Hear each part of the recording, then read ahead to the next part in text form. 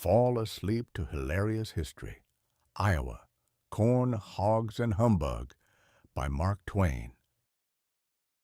Copyright 2026, James Henderson. Chapter 1. The Great Ice Cream Social of History. Now, if a man is going to build a house, he generally starts with a shovel and a certain amount of optimistic profanity. But when the Almighty decided to construct Iowa, he didn't bother with such small-scale tools. He went and fetched a glacier, or rather a whole procession of them, each one a few thousand feet thick and possessing the temperament of a very cold, very slow, and very determined steamroller. History, as most folks understand it, is a tedious record of kings cutting each other's throats and politicians lying about the price of eggs. But the history of Iowa begins long before any man was foolish enough to put on a crown or run for sheriff. It begins with the Great Ice. You see, a few million years ago, the world got a bit of a chill, the kind of damp, bone-deep cold that makes a Missouri man consider moving to a more tropical climate, like the surface of the sun.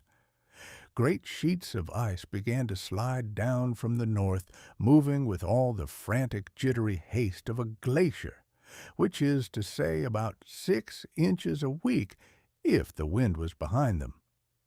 These glaciers were the world's first landscape architects, though they lacked the delicate touch of the modern variety who charge you $300 to plant a shrub that dies in October. These ice sheets didn't care about vistas or natural contours. They had a simpler mission. They were going to iron the world. They came down over the Dakotas and Minnesota, grinding up mountains as if they were nothing but stale crackers. By the time they reached what we now call Iowa, they had become quite proficient at their work. They leveled the hills, filled in the valleys, and pulverized the granite until it was as fine as a schoolmarm's Sunday flower. It was a grand cosmic leveling, a democratic impulse performed by frozen water. The glacier looked at a mountain and said, "You're putting on airs, son. Let's see how you look as a flat meadow." The result was a piece of geography so remarkably horizontal that a man standing on a kitchen chair in Council Bluffs can practically see what his cousin in Davenport is having for breakfast, provided the air is clear and the cousin isn't particularly modest. Now, there is a certain class of person, mostly from the East, where the land is all vertical and useless for anything but echoes, who finds a flat landscape to be a monotony. These people are usually the same ones who find a straight line to be a lack of imagination. But an Iowan knows better. A mountain is just a heap of rock that gets in the way of a good day's work. You can't plant corn on a cliffside without risking a fall that'll end in your funeral, and you certainly can't run a straight furrow when the land is trying to climb into the clouds. Nature spent several eons preparing this garden. After the glaciers had finished their ironing, they began to melt. This was the ice cream social of history, though the ice cream was mostly mud, and the social was attended exclusively by mastodons and giant sloths, creatures that lacked the conversational graces required for a proper party, but were excellent at leaving footprints the size of a wash basin. As the ice retreated, it left behind a gift. It wasn't gold, and it wasn't diamonds, which are, after all, just shiny pebbles that men kill each other over for lack of better hobbies. No, the glaciers left behind something far more valuable, the drift. This was a thick, black, luscious layer of topsoil so rich it practically pulsates with ambition. I've seen soil in other parts of this country that looked like it had been through a drought and then beaten with a stick. In Missouri, we have dirt that is mostly clay and stubbornness. But Iowa dirt, that black bottomless muck, is a different breed entirely. It is soil that has been nurtured by the slow decay of 1,000,000 years of tallgrass prairie. It's the kind of dirt that, if you were to accidentally drop a toothpick into it and turn your back for 5 minutes, you'd find yourself standing in the shade of a lumber yard. When the glaciers finally packed up their bags and headed north, leaving behind a few thousand lakes in Minnesota just to show off, they left Iowa as a sort of finished masterpiece. It was a vast rolling sea of grass, some of it 8 feet tall, waving in the wind like the mane of a great green lion. Of course, nature didn't stop there. Having provided the best soil in the world, she decided to balance the scales by providing the most interesting weather ever devised by a capricious deity. She gave Iowa a climate that can't quite make up its mind. In the winter, the wind comes down from the pole with a ferocity that would make a polar bear check his life insurance. In the summer, the humidity is so thick you don't so much breathe the air as drink it. I suspect this was intentional. Nature looked at the land she'd made, so flat, so fertile, so easy to plow, and realized that if she gave it a pleasant climate, the people who moved there would become too soft and contented. They'd spend all their time lounging in hammocks and writing poetry, and the corn would never get hoed. So she added the blizzards and the heat waves to ensure that any human who settled there would have to be possessed of a certain iron-willed stubbornness.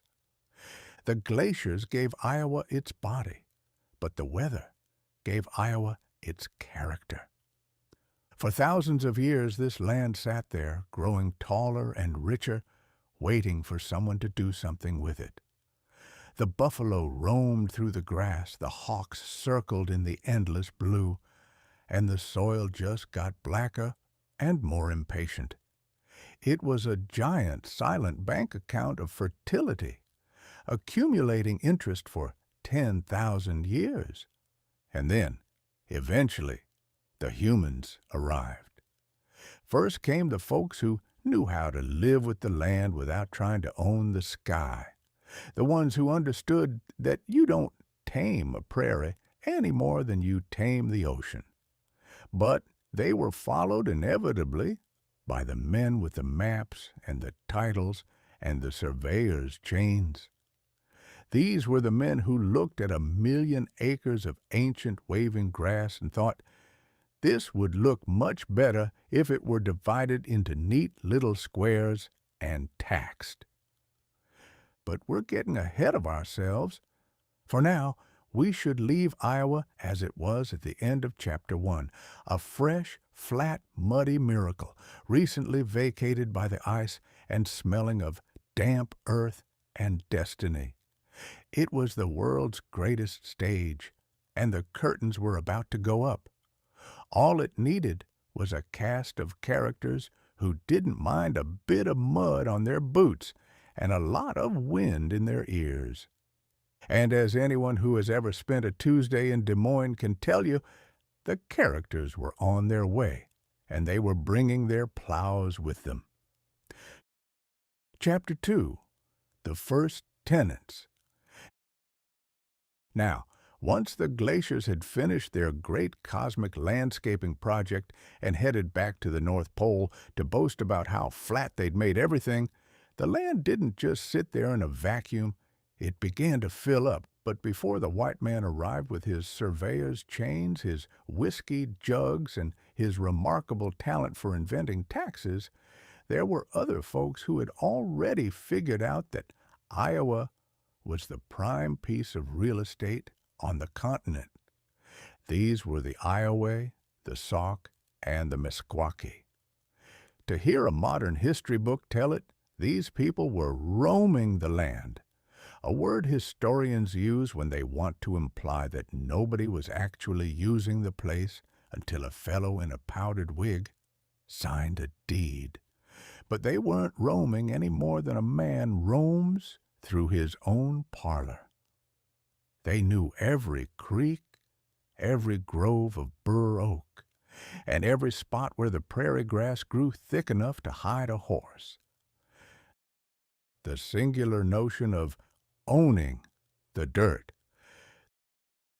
The great difference between the first tenant and the ones who eventually evicted him was a matter of philosophy. The white man has a peculiar, almost religious devotion to the fence. He isn't happy unless he can draw a line in the mud and say, everything on this side belongs to me and my heirs, and everything on that side belongs to the bank. The Ioway and the Sauk, however, possessed a level of common sense that was eventually their undoing. They looked at the land much the way a sensible person looks at the air or the sunshine. You can use it, you can enjoy it, and you can certainly get a sunburn from it, but the idea of owning it, of putting it in your pocket and walking away, struck them as a form of lunacy. It would be like a man trying to claim ownership of the month of August. You can stay in it for 31 days, but you'd look a fool trying to sell it to your neighbor. This lack of a paper trail bothered the Europeans immensely. A Frenchman or an Englishman can't sleep at night unless he has a piece of parchment with a wax seal telling him he's the boss of a particular patch of weeds. The namesakes and the neighbors. The Ioway, or the Baksoje, were the folks who gave the state its name, though they didn't ask for the honor and certainly didn't get any royalties from the deal, depending on which linguist you ask, and linguists are a breed of men who can argue for 6 hours over the placement of a comma. The name means either the sleepy ones or this is the place. Personally, I suspect it was the latter. If you've spent 3 weeks walking across the rocky hills of the east, and you suddenly stumble into a valley where the soil is as black as a funeral coat and the deer are practically standing in line to be dinner, you'd stop walking too. You'd sit down, light a pipe, and say, "This is the place. I'm not moving another inch until they invent the telegraph." Then you had the Sauk and the Meskwaki, whom the French with their usual linguistic grace called the fox. These two tribes were as close as a pair of boots, though they maintained their own identities with a stubbornness that would make a mule blink. They weren't just hunters, they were farmers of the highest order. Long before the first pioneer arrived to grumble about the price of seed, the Meskwaki women were running agricultural operations that would have made a modern Department of Agriculture official weep with joy. They grew corn, beans, and squash, the three sisters, in such abundance that they had enough to feed their families, their dogs, and probably half the traveling salesmen of the 18th century, had there been any. The great bureaucratic misunderstanding. The trouble started when the civilized world decided to discover Iowa. Now, discovery is a magnificent word. It's what a man says when he finds a gold watch in another man's pocket. The French arrived first, and being French, they were very polite about the whole thing. They came down the river, looked at the bluffs, and decided that since they were the first ones to write down the word Mississippi in a notebook, the entire valley now belonged to King Louis. This would have been news to the 20,000 Sauk living in the village of Saukenuk, who had been under the impression that they were the ones in charge. The Europeans brought with them the treaty, one of the most dangerous inventions in human history. A treaty is a document written by a lawyer signed by a man who can't read it and interpreted by a government that has no intention of keeping it. The narrator observes that the Sauk and the Meskwaki were frequently invited to talk with the white authorities. These talks usually involved a great deal of flowery language about the Great Father in Washington, and ended with the tribe signing away 1,000,000 acres of prime bottomland in exchange for 12 blankets, a broken musket, and a promise that the white man wouldn't bother them again. A promise that usually had the shelf life of a fresh trout on a July afternoon. The tragedy of the guest. The first tenants were, by all accounts, remarkably hospitable. When the first explorers poked their noses into the territory, the tribes didn't reach for their tomahawks. They reached for the stew pot. They invited these strangers into their lodges, fed them, and showed them the best trails. In the annals of human history, this has always proven to be a tactical error. If you find a stranger on your porch and you give him a sandwich, he'll thank you. If you give him the spare bedroom, he'll eventually start complaining about the wallpaper and wondering if he can charge you rent for the kitchen. The Ioway and their neighbors treated the world as a shared inheritance.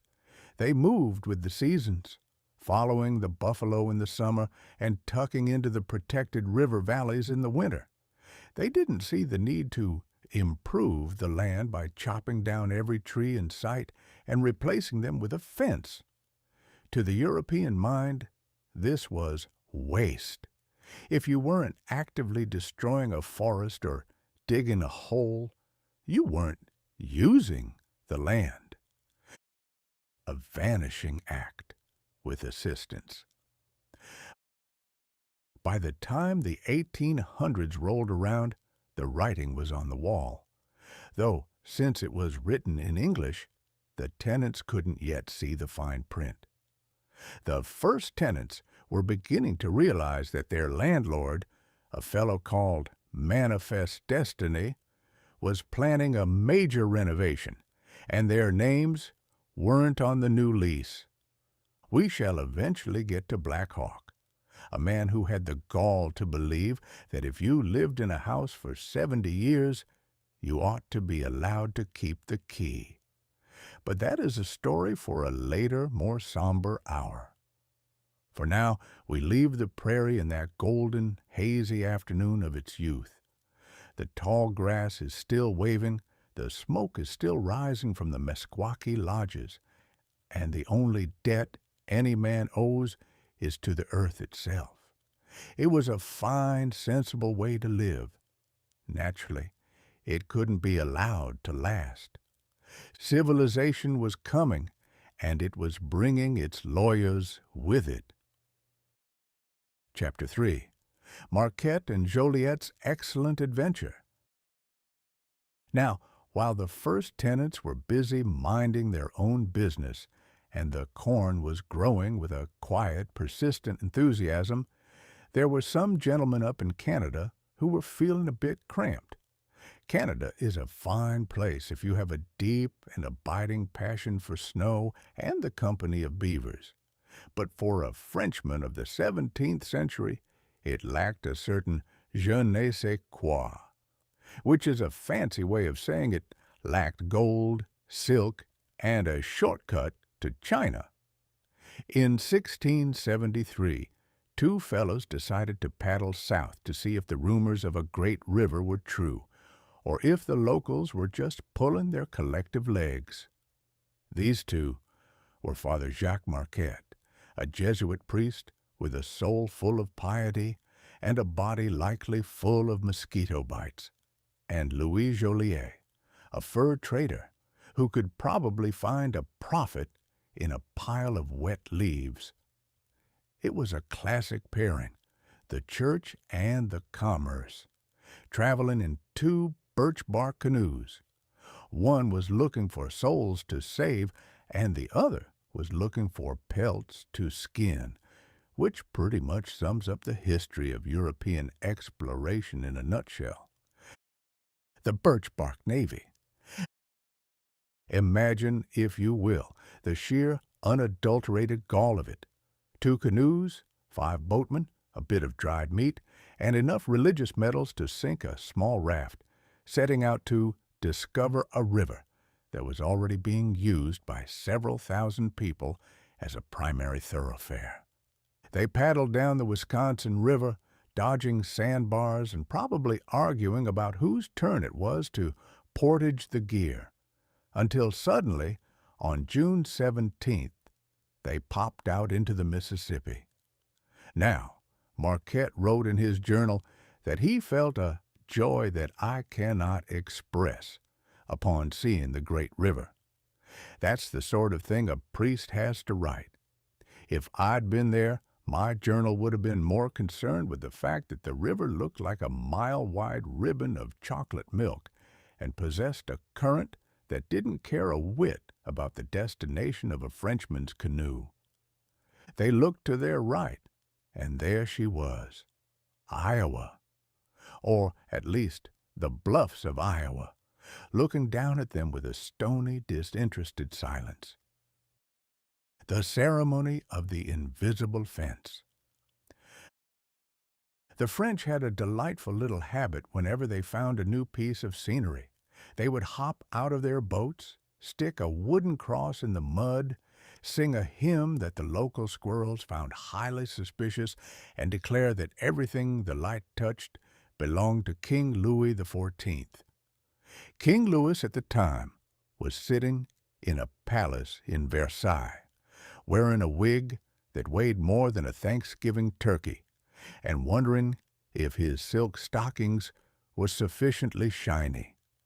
He had never seen a prairie, he had never swatted a Mississippi horsefly, and he wouldn't have known a Sauk chieftain from a head of cabbage.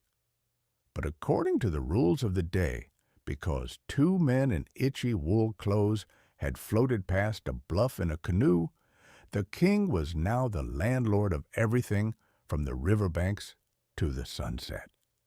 It is a remarkable system. If I were to walk into a neighbor's parlor, plant a toothpick in his rug, and declare it the property of the governor of Missouri, I'd be escorted out by the ear. But do it with a flag and a king's name, and they call it history. A visit to the neighbors. For 8 days, they paddled along the Iowa shore without seeing a soul. The land was so quiet and vast it started to give them the creeps. But eventually, they spotted some footprints in the mud. Not the footprints of a monster, but the footprints of a human being who clearly knew where he was going. Marquette and Joliet, being either very brave or very tired of their own company, followed a trail inland and stumbled upon a village of the Peoria tribe, part of the Illinois Confederacy. Now, if the Peoria had been the bloodthirsty savages that later dime novels would claim, the history of Iowa would have ended right there in a very short and messy paragraph. Instead, the chief came out of his lodge, squinted at these 2 pale, sweating Frenchmen, and did something truly radical. He offered them a pipe. He told them, "How beautiful is the sun, O Frenchman, when thou comest to visit us. All our village awaits thee, and thou shalt enter all our cabins in peace." I reckon that's about the most polite way anyone has ever been greeted in the state of Iowa. The Frenchmen were feted, and given a calumet, a peace pipe, which Marquette treated like a magical talisman. He figured as long as he had that pipe, he could walk through a hornet's nest and not get stung. The great U-turn. Marquette and Joliet kept paddling south, hoping the Mississippi would dump them into the Gulf of California so they could go buy some spices in the Orient. But by the time they reached the mouth of the Arkansas River, they realized 2 things. The river was definitely heading toward the Gulf of Mexico. The Spaniards were down there, and the Spaniards had a very short-tempered way of dealing with Frenchmen who trespassed on their mud. So they turned those canoes around and began the long, miserable slog back upstream. If you have never tried to paddle a birch-bark canoe against the current of the Mississippi in July, you have not lived, and you probably won't live long if you try it. The legacy of a canoe trip. So, what did Marquette and Joliet actually accomplish for Iowa? Well, they didn't build any houses, they didn't plant any crops, they didn't even stay for a full season. But they did something far more permanent. They put it on a map. Once a place is on a map, it's doomed. A map is just a shopping list for empires. Marquette and Joliet went back to Canada and told everyone that the land to the west was beautiful, fertile, and full of potential. To a European, potential is a code word for something we can take, break, or sell. The French would claim the territory for a while, mostly using it as a giant beaver farm.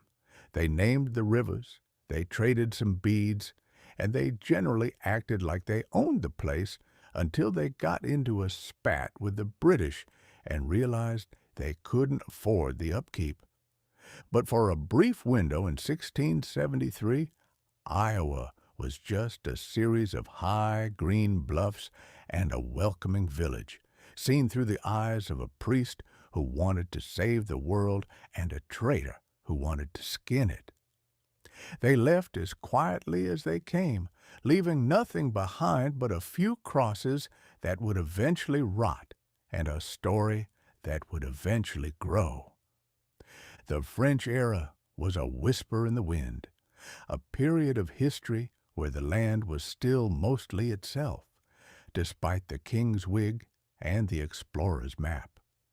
But the door had been left ajar, and the rest of the world was starting to peer inside. Chapter 4. The Louisiana Purchase, the world's greatest real estate swindle. Now, we come to a moment in history that proves, beyond a shadow of a doubt, that the most dangerous thing in the world is a man with a map and a desperate need for a bargain. In 1803, the land we call Iowa changed hands in what remains the most lopsided, high-stakes, and frankly ridiculous real estate transaction since the Dutch traded a handful of beads for the island of Manhattan. You see, for a while, the vast wilderness west of the Mississippi was like a hot potato being tossed between the European powers. The French had it, then they gave it to the Spanish to keep it away from the British, and then a fellow named Napoleon Bonaparte decided he wanted it back.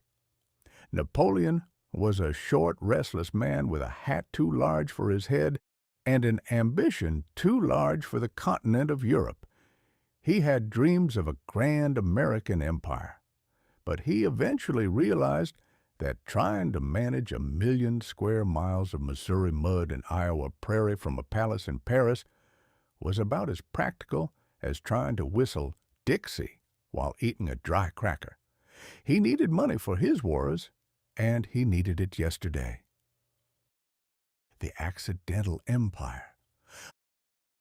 On the other side of the Atlantic sat Thomas Jefferson. Jefferson was a man who spent his days inventing swivel chairs and worrying about the Constitution, and his nights wondering how to keep the French from closing the port of New Orleans.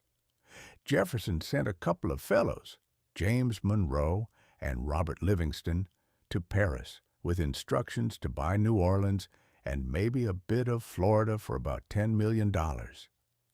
He just wanted a place for Western farmers to park their flatboats without having to ask a Frenchman for permission. Instead, they walked into a meeting with Napoleon's minister, who basically said, Why buy the front porch when you can have the whole house, the backyard, and the three-car garage for $15 million? Monroe and Livingston were stunned. Napoleon was offering the entire Louisiana Territory, 828,000 square miles, for roughly 3 cents an acre.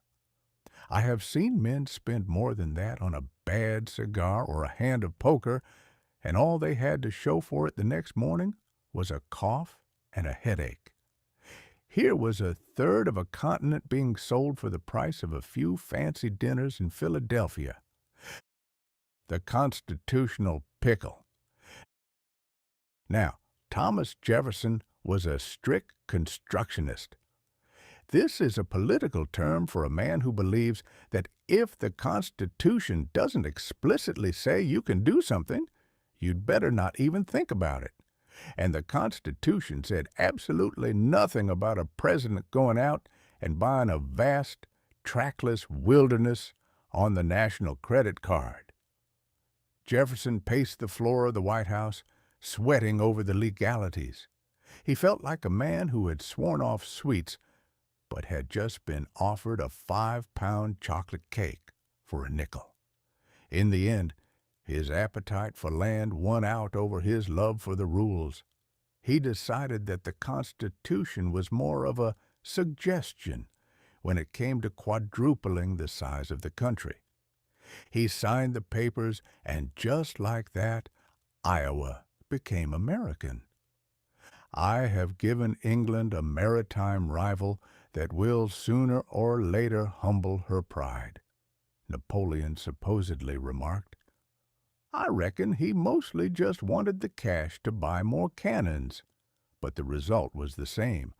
Iowa was now part of the United States, though the folks living there, the Sauk, the Meskwaki, and the occasional confused French trapper, hadn't been invited to the closing.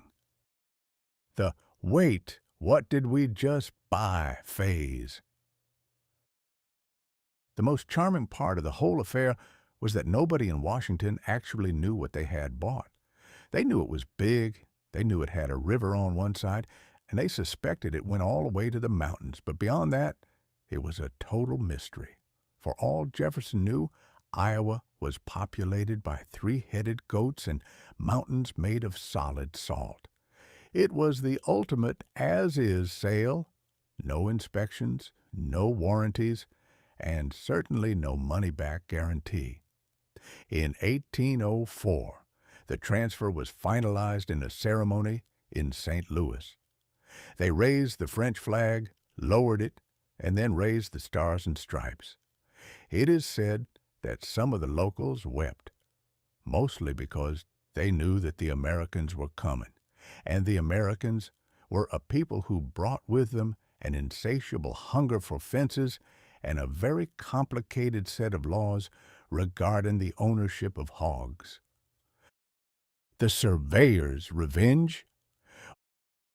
Once the deal was done, the U.S. government did what it does best. It started sending out people to count things. They sent Lewis and Clark to see where the river went, and they sent Zebulon Pike to see where the hills were. Pike paddled up the Mississippi along the Iowa shore in 1805. He was looking for spots for military posts, and he spent a good deal of time naming things and getting his boots wet. He noted that the land was very handsome, which is a bit like calling the Pacific Ocean rather damp.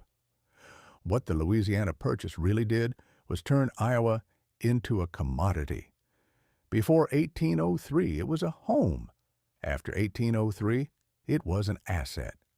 It was a giant square on a ledger in Washington, D.C.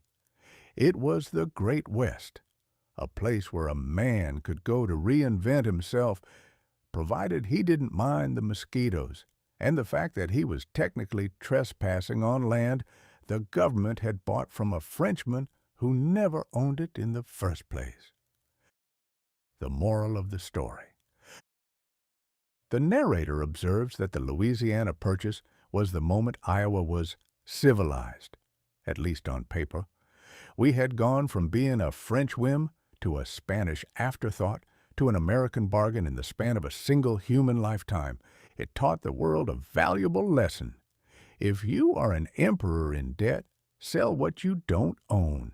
And if you are a president with a vision, buy what you haven't seen. Iowa sat there, green and gold under the prairie sun, blissfully unaware that its fate had been sealed in a mahogany row office in Paris over a bottle of wine. The surveyors were sharpening their pencils, the pioneers were greasing their wagon wheels, and the great swindle was about to pay off in a way that would change the map of the world forever. Next, we shall see what happened when the Americans actually tried to move into the house they had just bought, only to find the previous tenants weren't quite ready to hand over the keys. Chapter 5. Dubuque and the Lead Mines. Digging for a living.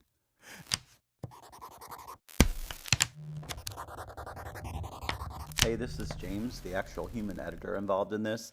In the following chapter, AI TwAIn mispronounces Dubuque repeatedly and confuses lead with lead, despite me trying to correct it.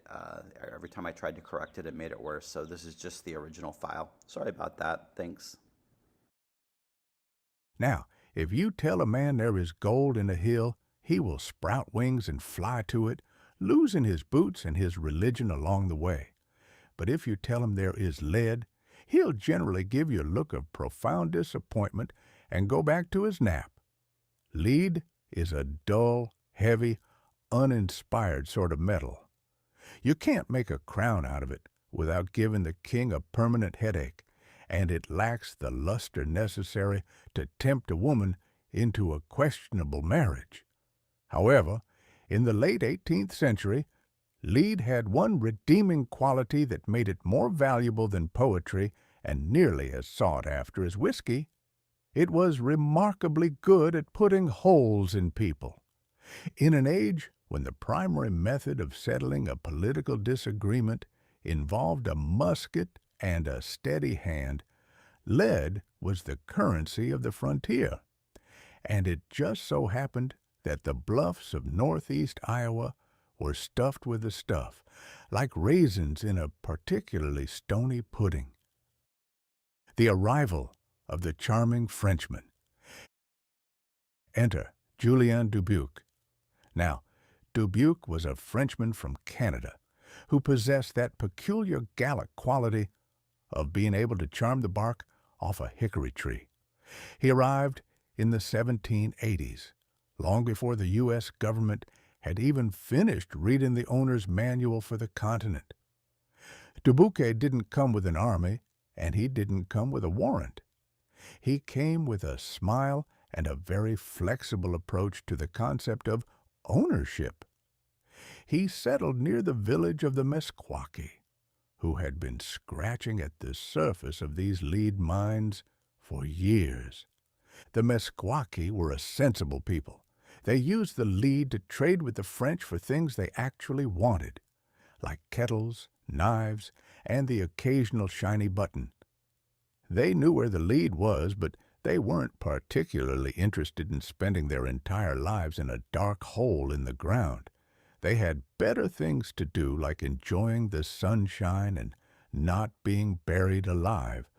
But Julien Dubuque was a man of vision, which is a polite way of saying he saw a way to make other people do the digging while he did the accounting. The Mines of Spain, a grand title for a muddy hole. In 1788, Dubuque sat down with the Meskwaki and negotiated a deal. They gave him permission to work the mines. It was a masterpiece of diplomacy. To the Meskwaki, they were letting a pleasant neighbor do some chores. To Dubuque, he was the king of the hill. To make things official, at least in the eyes of the white man, he went down to New Orleans and convinced the Spanish governor to give him a formal land grant. He called his operation the Mines of Spain. I love that name. It has a ring of velvet and gold lace to it. It sounds like a place where grandees in silk capes would stroll through marble galleries. In reality, it was a collection of muddy pits, drafty log huts, and a few dozen men who smelled of sweat and sulfur hacking away at the limestone with iron bars. But that is the secret of history. If you give a mud hole a magnificent name, people will treat it with a respect it hasn't earned. The Dubuque Legend, or How to Tame a Snake. The stories about Julian Dubuque usually involve him being some sort of wizard. My favorite tale, which has the distinct aroma of a tall tale told over a third glass of cider, claims that the Meskwaki once got tired of his presence and told him to pack his bags. According to the legend, Dubuque told them that if they didn't let him stay, he would set the river on fire. He then poured a barrel of oil upstream and dropped a torch into it. When the water started blazing, the tribesmen supposedly decided that a man who could turn the Mississippi into a cook stove was a man they'd rather have as a friend than an enemy. I don't know if it's true, but it's a fine story. It shows that Dubuque understood the fundamental rule of the frontier. If you can't be powerful, be theatrical. The First White Settlement, by Technicality. For 20-odd years, Dubuque lived as a sort of benevolent, lead-smelting monarch. He was the first permanent white settler in Iowa, though he lived more like a member of the tribe than a pioneer. He married a Meskwaki woman named Potosa, and he kept his accounts in a state of magnificent confusion that would have given a modern auditor a stroke. When he died in 1810, the Meskwaki buried him with the honors of a chief on a high bluff overlooking the river.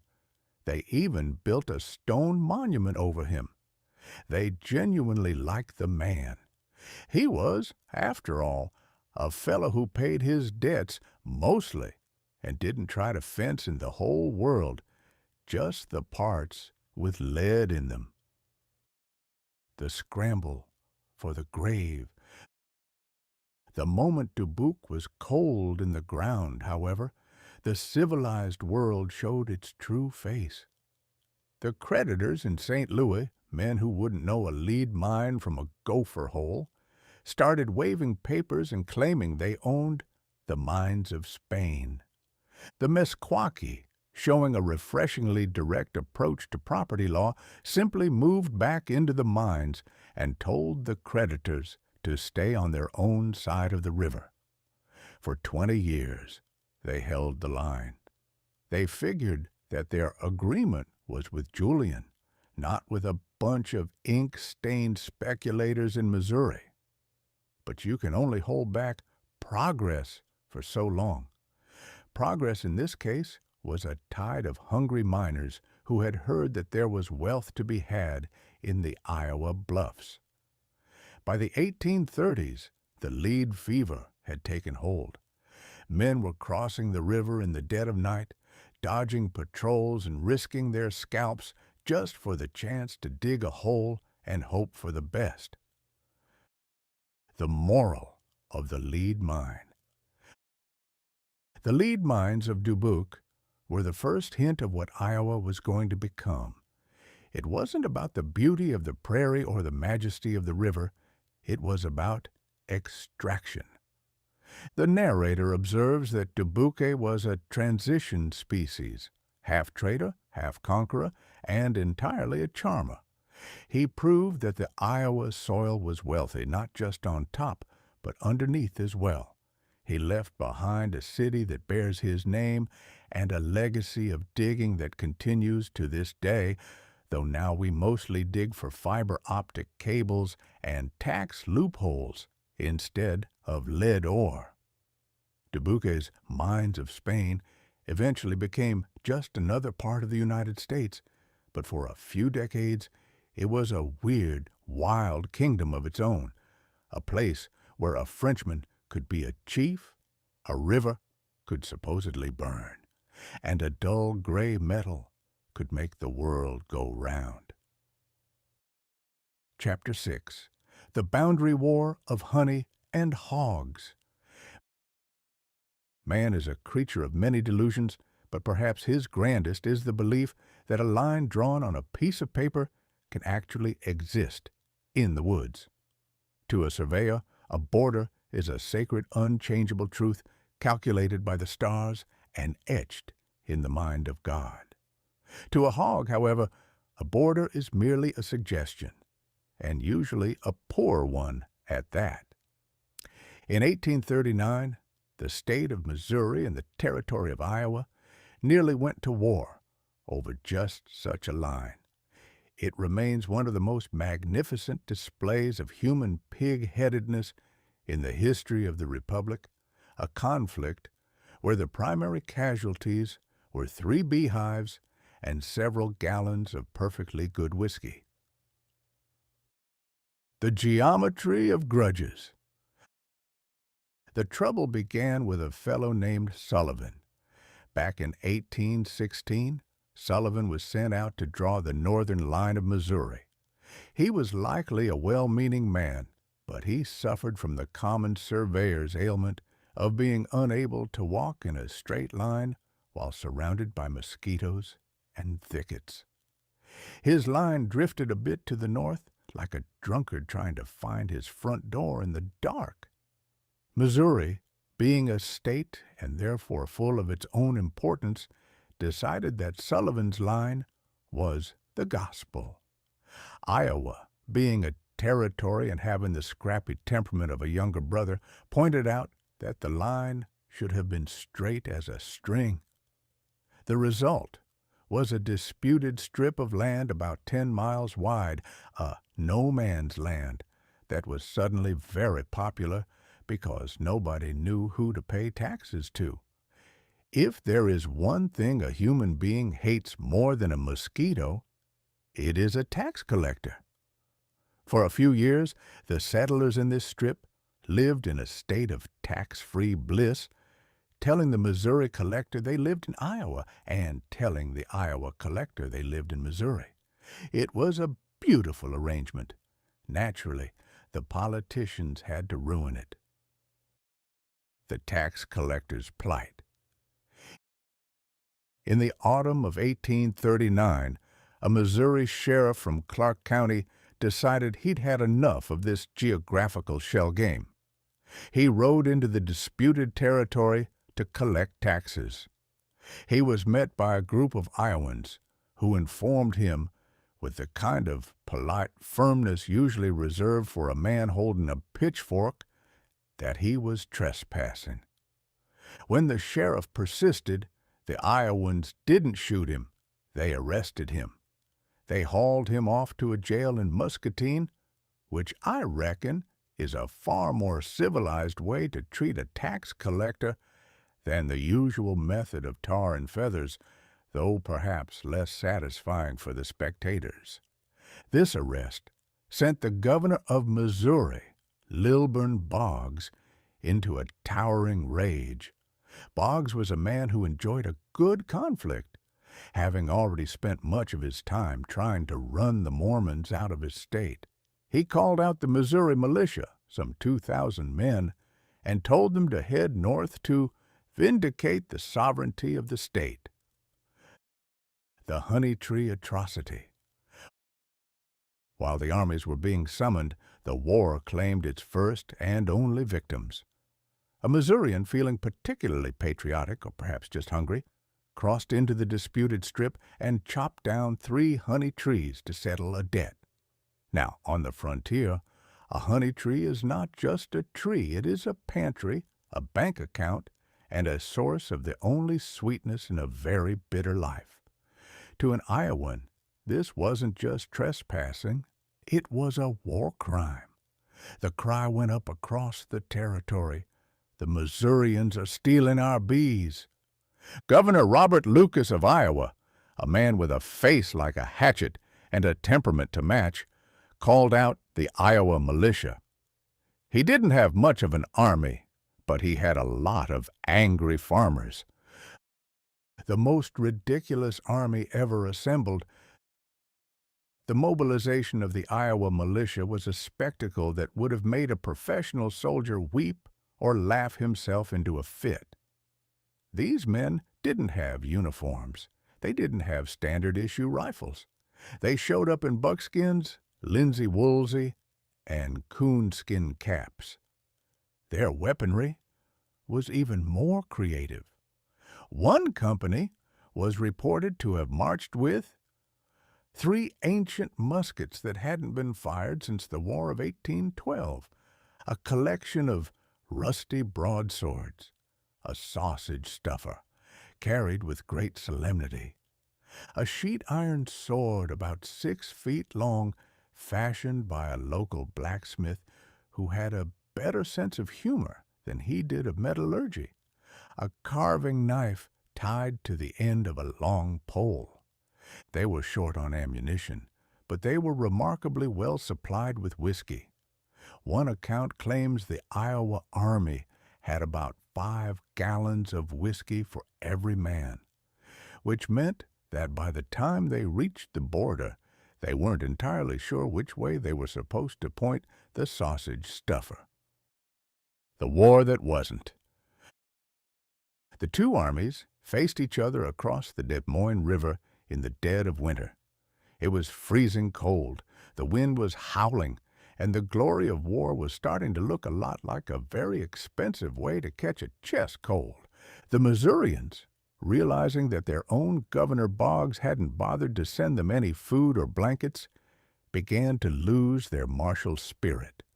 They vented their frustration by cutting a haunch of venison into 2 pieces, naming one Boggs and the other Lucas, and riddling them with bullets before burying them with mock funeral honors.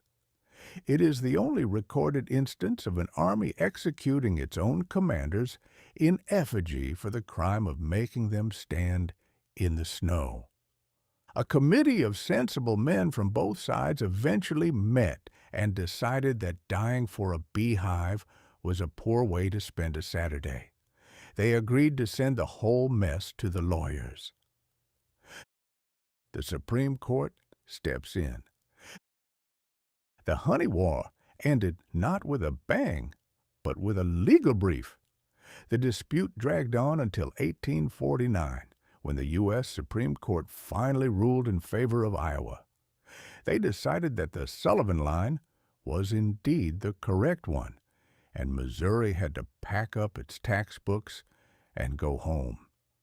The narrator observes that this was the most successful war in American history. No one was killed, the lawyers got paid, and the bees, presumably, remained indifferent to which state's flowers they were robbing. The moral of the border. The Honey War taught Iowans a valuable lesson. If you want to keep your land, it helps to have a sharp carving knife, a large supply of whiskey, and a neighbor who is even more disorganized than you are. It also established that Iowans are a peaceful people, right up until you touch their honey or their hogs. The border was finally marked with iron pillars, which are much harder to move than a honey tree. But to this day, if you stand on the line between Iowa and Missouri and listen closely, you can almost hear the ghostly sound of a sausage stuffer being carried to glory in the name of a map that nobody could read. Chapter 7. Statehood. Finally, invitations are sent. Becoming a state is a bit like getting married or deciding to own a pet elephant. It sounds like a grand, dignified idea in the abstract. But once the paperwork is signed, you suddenly realize you're the one who has to pay for the feed and shovel the stable. In the early 1840s, the people of the Iowa Territory were perfectly happy being a ward of the federal government. It was a comfortable arrangement. Uncle Sam paid the governor's salary, provided the stationery for the legislature to write useless laws on, and generally footed the bill for the whole frontier circus. Being a territory is the childhood of a civilization. You get to play in the mud and make a mess, and someone else handles the mortgage. But then the politicians got an itch. And when a politician gets an itch, it's usually the taxpayer who ends up doing the scratching. The great fear of the taxman. In 1840 and again in 1842, the good people of Iowa were asked if they wanted to become a state. Both times, they looked at the proposal, looked at their empty pockets, and said, "No, thank you. We'd rather stay poor and irresponsible." You see, statehood meant you had to support your own government. It meant salaries for judges, a roof for the Capitol, and a host of other expenses that required, heaven forbid, taxes. To an Iowa pioneer, a tax collector was a more fearsome predator than a timber wolf. A wolf might take a sheep, but a tax collector takes the wool, the sheep, and the ground the sheep was standing on. It wasn't until 1844 that the pro-state crowd managed to convince the populace that the dignity of having 2 senators in Washington was worth the price of admission. They argued that, as a state, Iowa could finally get its hands on some of that sweet federal land money. It was the classic lure. If we join the club, we can help spend the club's money. The Border Wars, the sequel.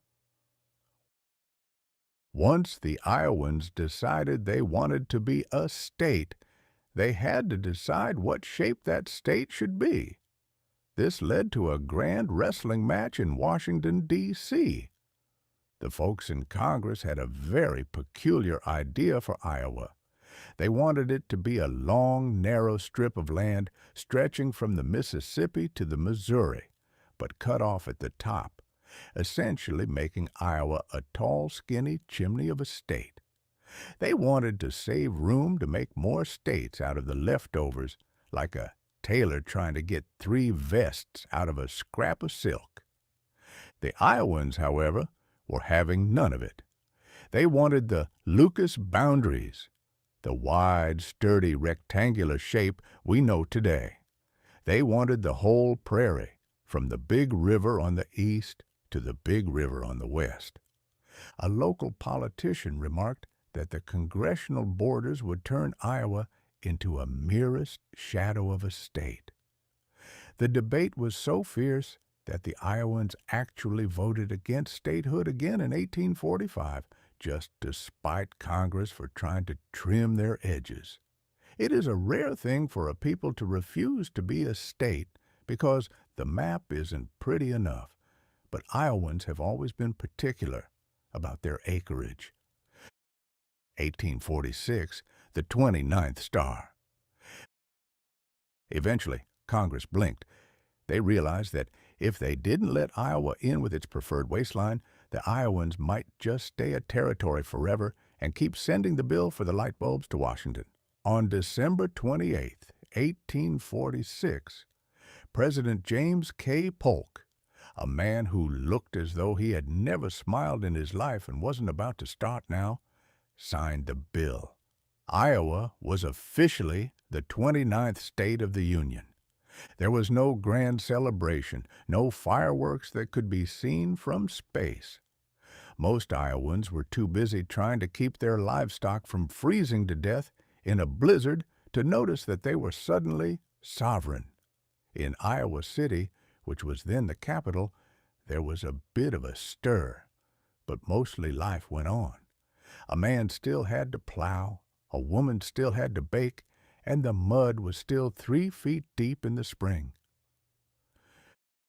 The first governor's grand burden. The first state governor was Ansel Briggs, a man who had once driven a stagecoach. I've always thought a stagecoach driver is the perfect preparation for being a governor. You're used to sitting on a high perch, holding the reins of a team that wants to go in 4 different directions, and dealing with passengers who are constantly complaining about the bumps in the road. Briggs's inauguration was a modest affair. He didn't have a palace, and he didn't have a treasury. In fact, when the state government started, the treasury was so empty you could have fired a cannon through it without hitting a single cent. The narrator observes that Iowa entered the Union in the most Iowan way possible, quietly, stubbornly, and with a very close eye on the budget. The moral of statehood. So, Iowa was finally a state. It had a seal featuring a citizen soldier standing in a wheat field looking like he'd rather be at lunch. It had a constitution, which they changed every few years just for the variety, and it had a seat at the big table in Washington. But for the average settler, the only real difference was that the letters they sent back east now had a different postmark. They were no longer squatters or territorials. They were Iowans. It was a title that implied a certain level of respectability, though it didn't do much to help with the mosquitoes. We had officially joined the great American experiment. We were now part of a union that was already beginning to tremble with the tensions of slavery and expansion. Iowa was a free state, a bright star of the West. But as we shall see in the coming chapters, being a state meant that Iowa's troubles were no longer just about boundaries and bees. They were now the nation's troubles, too. Chapter 8. The Great Capital Migration. If there is one thing a human being enjoys more than having a home, it is complaining that his neighbor's house is in a much more convenient location. In the early days of statehood, the good people of Iowa were locked in a bitter cross-country spat over where the government should hang its hat. Originally, the capital was Iowa City. It was a fine, dignified little town with a stone Capitol building that looked like it had been imported from a much more expensive neighborhood in the east. But as more settlers poured into the state, the folks in the western half began to grumble.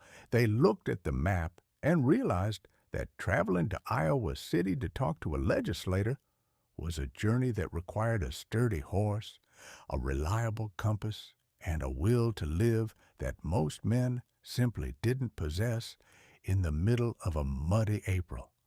They wanted the capital moved to the center of the state.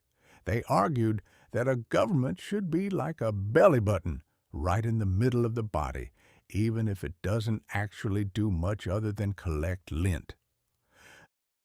The decision to decamp. In 1857, the politicians finally gave in. They decided the capital would be moved to a sleepy little outpost at the junction of the Des Moines and Raccoon Rivers. At the time, Des Moines, or the Monks, as the French might have called it if they'd stayed long enough to learn the language, was mostly a collection of log cabins, optimistic mud piles, and a fort that had seen better days. Now, a sensible person would have waited for the spring, when the flowers were blooming and the roads were, well, still muddy, but at least not frozen solid. But the Iowa government, possessing that peculiar legislative talent for doing things the hard way, decided to move the entire state's assets in the dead of winter. The great sleigh ride of state. Imagine, if you will, the majesty of a sovereign state on the move. We aren't talking about a grand parade with brass bands and silk banners. We are talking about several dozen ox carts and heavy bobsleds groaning under the weight of every law, ledger, and inkwell the state owned. The winter of 1857 was not a gentle one. It was the kind of winter that makes a man reconsider his belief in a benevolent universe. The snow was deep enough to swallow a horse, and the wind was sharp enough to shave a man without the benefit of soap. Into this frozen wilderness went the state's paperwork. It is a sobering thought to realize that the entire legal history of Iowa was, for several weeks, at the mercy of a team of oxen with a grudge. If those oxen had decided to walk into a ravine, we'd still be arguing over who owns which cow and whether the honey war ever actually ended. The treasurer and the carpetbag. The star of this frozen comedy was the state treasurer, a man who likely aged 10 years for every mile they traveled. He was responsible for the state's actual physical money, mostly gold and silver coins, as paper money in those days was often viewed with the same suspicion one reserves for a guaranteed tip on a horse race. There is a legend, and I pray it is true, that the snow became so deep that the bobsleds got stuck. The treasurer, fearing that the state's wealth might be lost to a drift or a stray bandit, ended up carrying a significant portion of the treasury in a carpetbag. Think of it, the financial security of a burgeoning empire, swinging from the arm of a man who was probably more concerned about his frost-bitten toes than the future of the republic. If he had tripped and dropped that bag into a creek, the history of Iowa would have been a very short book indeed, ending with a chapter titled, "Well, That's That." The arrival in the metropolis. When the caravan finally creaked into Des Moines, they didn't find a shining city on a hill. They found a town that was essentially a swamp with aspirations. The capital they had been promised wasn't finished. The legislators had to meet in a makeshift brick building that had been thrown together so quickly the mortar was still screaming for mercy. It was located on a hill on the east side of the river, a spot so remote and muddy that the politicians had to walk on planks to keep from disappearing into the earth entirely. The narrator observes that there is nothing quite so humbling as a senator in a top hat, trying to maintain his dignity while balancing on a wetboard over a 3-foot pit of Iowa gumbo. It reminds a man that no matter how many highfalutin speeches he gives, he is still just a 2-legged creature trying to stay dry. The Iowa City Grumble. Back in Iowa City, the citizens were not taking the loss of the capital gracefully. They felt like a bride who had been jilted at the altar for a woman who lived in a sod hut. To appease them, the state gave them the state university. At the time, the Iowa citizens thought they'd been cheated. They wanted the politicians and the prestige. Instead, they got a bunch of books and some scrawny students. But in the long run, Iowa City got the better deal. Politicians eventually leave or get voted out. But a university just keeps growing and asking for more buildings. Today, Iowa City is a temple of learning, while Des Moines is, well, it's still the place where the politicians live, which is a punishment in its own right. The moral of the migration. The move to Des Moines was the moment Iowa admitted it was no longer a river colony clinging to the Mississippi. It was a state that looked inward toward the vast rolling prairie. It also proved that the machinery of government is remarkably sturdy. You can freeze it, you can drag it through a snowdrift, and you can dump it in a swamp, and it will still find a way to meet on Tuesday and pass a bill taxing the air you breathe. The Great Migration was a triumph of stubbornness over geography. It gave us a capital in the heart of the land, and it gave us a story to tell about the time the state of Iowa went on a sleigh ride and nearly didn't come back. Chapter 9. John Brown and the Secret Tracks. Now, if there is one thing a human being loves more than a secret, it's a secret that he can loudly whisper to his neighbor over a back fence. In the 1850s, Iowa became the chief depot for a railroad that didn't have a single mile of iron track, possessed no steam engines, and never once issued a timetable. It was called the Underground Railroad, and while it wasn't actually underground, it did a remarkably brisk business in the dark. Iowa was in a precarious geographical position. To the east was the Mississippi, to the west was the great unknown, and to the south was Missouri, a state that took a very different view on the propriety of owning one's fellow man. This made Iowa a sort of frontier of freedom, or at least a very long, very grassy hallway for people who were trying to get to Canada, where the weather was colder, but the air was considerably less crowded with chains. The naming of the unseen. I have always admired the American talent for naming things after what they are not.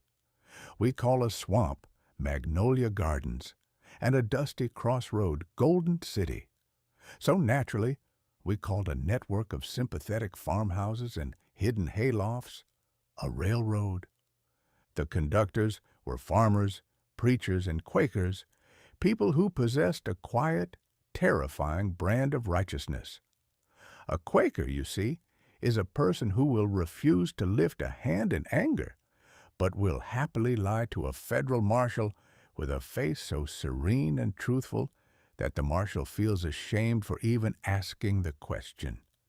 These Iowans decided that the Fugitive Slave Act, a law passed in Washington by men who preferred their comfort to their conscience, was a piece of paper that wasn't worth the ink it took to ruin it.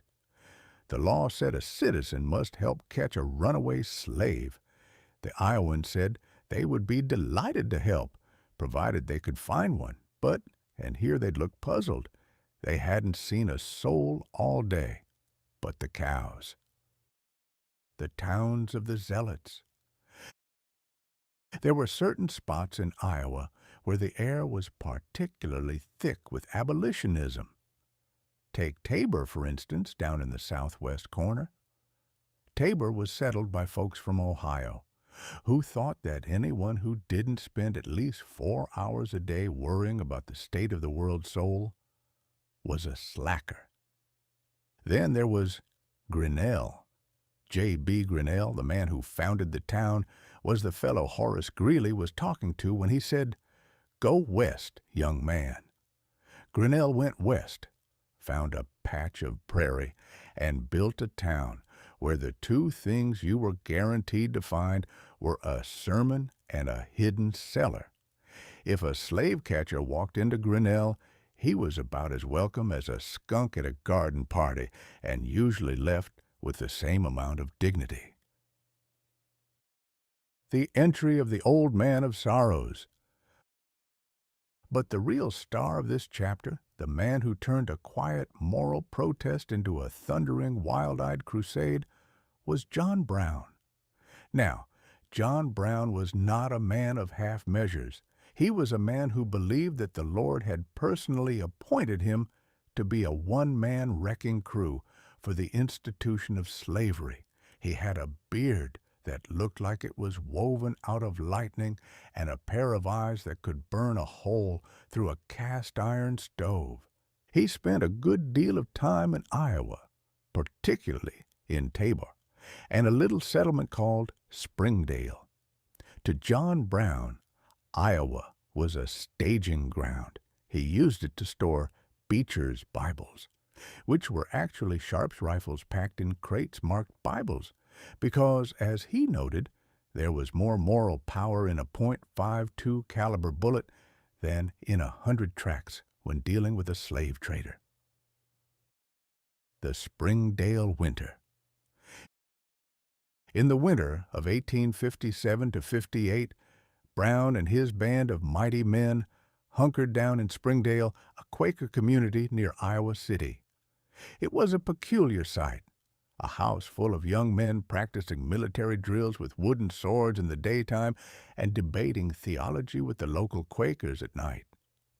The Quakers didn't approve of the swords, but they liked the theology, and they liked the idea of freedom even more.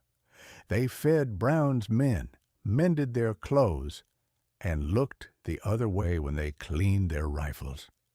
It was the only time in history a group of people dedicated to peace spent an entire winter hosting a group of men dedicated to war.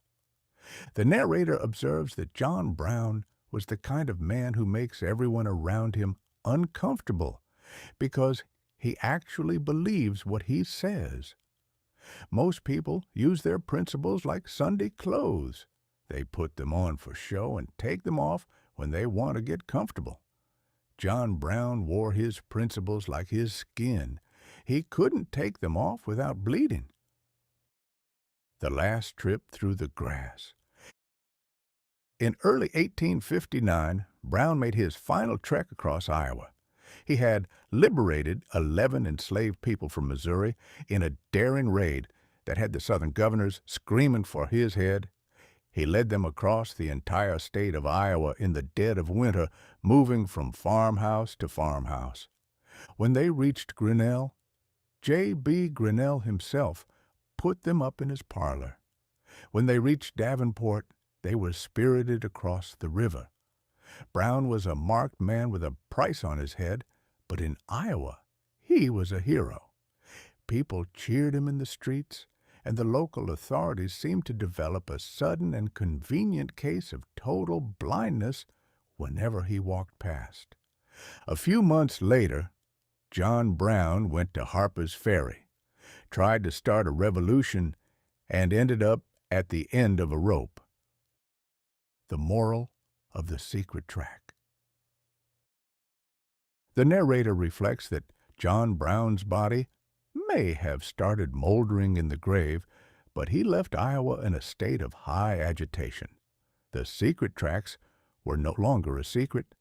The tension between the law of the land and the law of the heart had reached a breaking point.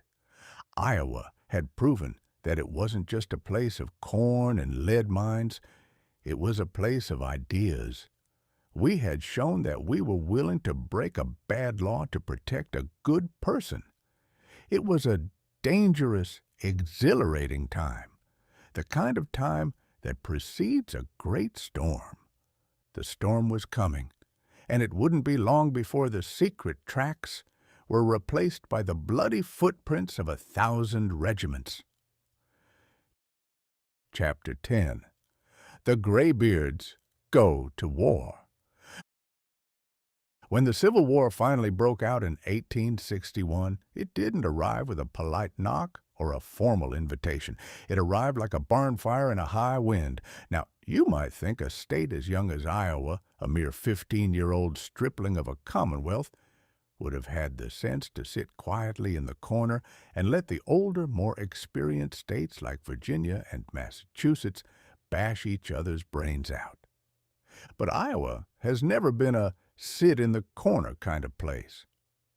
The moment President Lincoln called for 75,000 volunteers to go down south and explain the finer points of the Constitution to the Confederates, Iowa reacted as if it had been waiting for a reason to stop plowing for a season. Governor Samuel Kirkwood, a man who looked more like a comfortable old shoe than a warlord, received the telegram and immediately realized he had a problem. He didn't have any money, he didn't have any guns, and his militia consisted of a few fellows who knew how to shoot a squirrel, but couldn't march in a straight line if their lives depended on it. Yet, within days, the state was crawling with young men eager to trade their overalls for blue wool and the privilege of being shot at for $13 a month. the eagerness of the young. Iowa was the first state to respond to Lincoln's call. It was a remarkable display of patriotism, or perhaps just a testament to how boring life on a remote farm can be in the middle of a hot July. Young men walked for 30 miles just to sign their names to a paper that promised them glory, hardtack, and the opportunity to sleep in a swamp. But the story of Iowa in the war isn't just a story of youth. It is the story of a state that went all in, like a gambler who has decided that his shirt and his boots are also fair game for the pot. By the end of the war, Iowa had sent half of its military-age men to the front. We sent so many men that in some counties there wasn't a man left under the age of 45 to do anything more strenuous than argue about the weather. This brings us to the most peculiar, stubborn, and magnificent regiment ever to carry a musket, the 37th Iowa Infantry. The Regiment of Grandfathers. In 1862, a fellow named George Kincaid had a truly Iowa idea. He noticed that while the young men were away at the front, the older men were sitting around the general stores, whittling and grumbling that they were being left out of the fun. He proposed a regiment made up entirely of men over the age of 45. Now, in the 19th century, 45 was not middle-aged. It was the threshold of antiquity. By 50, a man was considered a venerable relic, and by 60, he was practically a ghost who hadn't realized he was dead yet. The government, in a rare moment of bureaucratic whimsy, approved the idea. They called them the Graybeards. It was a sight that would have made a professional drill sergeant reach for the laudanum. Here was a regiment where the average age was nearly 60. There were men in the ranks who were 70, and at least one fellow, Curtis King, who claimed to be 80 years old. They had beards that reached their belt buckles, beards that had seen the turn of the century, the War of 1812, and probably the invention of the wheel. The dignity of the dentures. The Graybeards weren't intended for the front lines. The idea was that they would guard prisoners and railroad bridges, freeing up the younger men to go get killed in the more traditional manner. But don't go thinking these old-timers were soft. An Iowan who has survived 60 winters on the prairie and 50 years of following a mule is a creature made of leather, iron, and pure, unadulterated vinegar. They marched into Camp Strong near Muscatine with a grim determination. They had a few minor issues, of course. During inspection, it was noted that a significant portion of the regiment lacked teeth. This was a problem, as a soldier in those days needed his front teeth to bite the end off his gunpowder cartridge.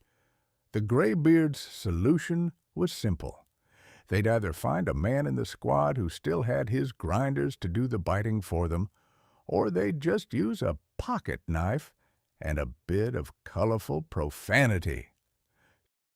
Service in the rear, and other indignities. The 37th Iowa spent their war-guarding Confederate prisoners at places like Rock Island and Alton. It was a miserable, thankless job.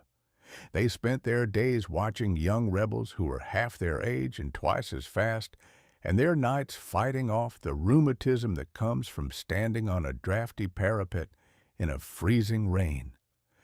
They suffered more from disease than from bullets.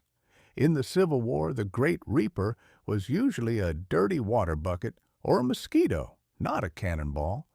The Graybeards died of pneumonia, dysentery, and, I suspect, a profound longing for their own feather beds and their wives' cooking. But they never deserted. A young man might get the shakes and run for the woods, but an old man is too tired to run and too stubborn to quit.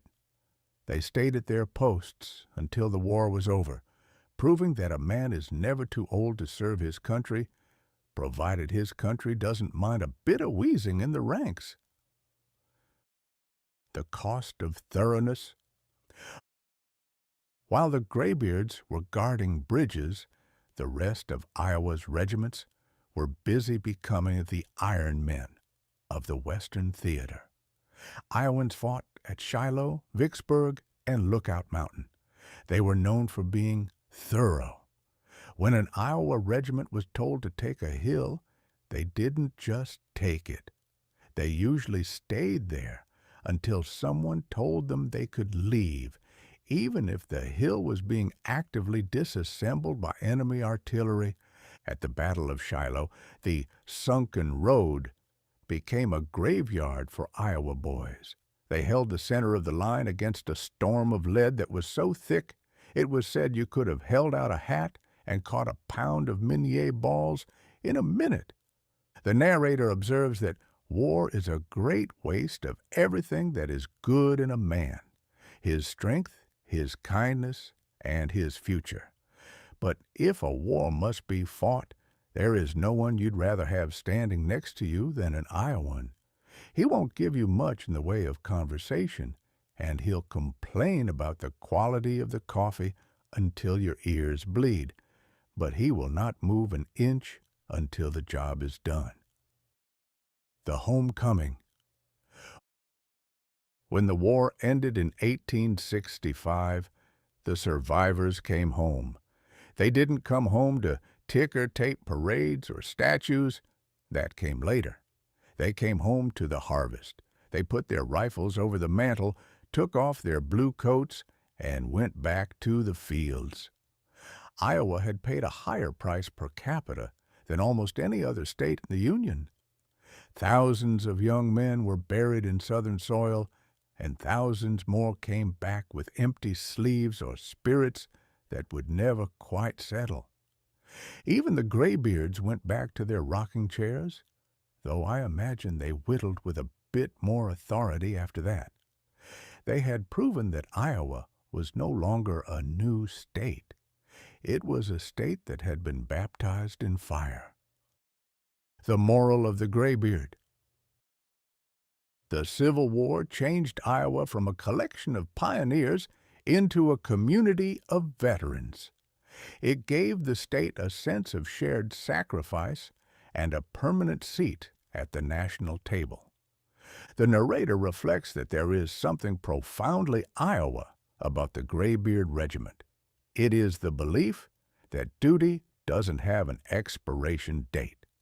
It is the idea that even if your knees creak and your eyesight is failing, you still have a responsibility to the fence line and the flag. The war was over, the Union was saved, and the tall grass was ready to grow over the graves. But Iowa would never be the same. We had become the great garden of the West, and, as we shall see in the next chapter, it was time for the iron horse to come and haul our bounty to the rest of the world. Chapter 11. The Iron Horse Kills the Riverboat.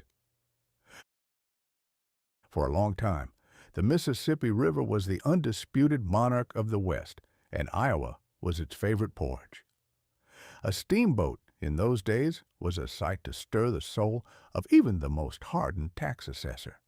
It was a floating wedding cake of white wood and gingerbread trim, breathing out a dignified plume of wood smoke and moving with a grace that suggested it had all the time in the world and plenty of good stories to tell once it arrived. The river pilot was the closest thing to a god we had on the frontier. He didn't just steer a boat. He memorized the shape of the water. He knew every snag, every sandbar, and every shift in the mud from St. Paul to New Orleans. He held the lives of hundreds in his hands and the secrets of the current in his head.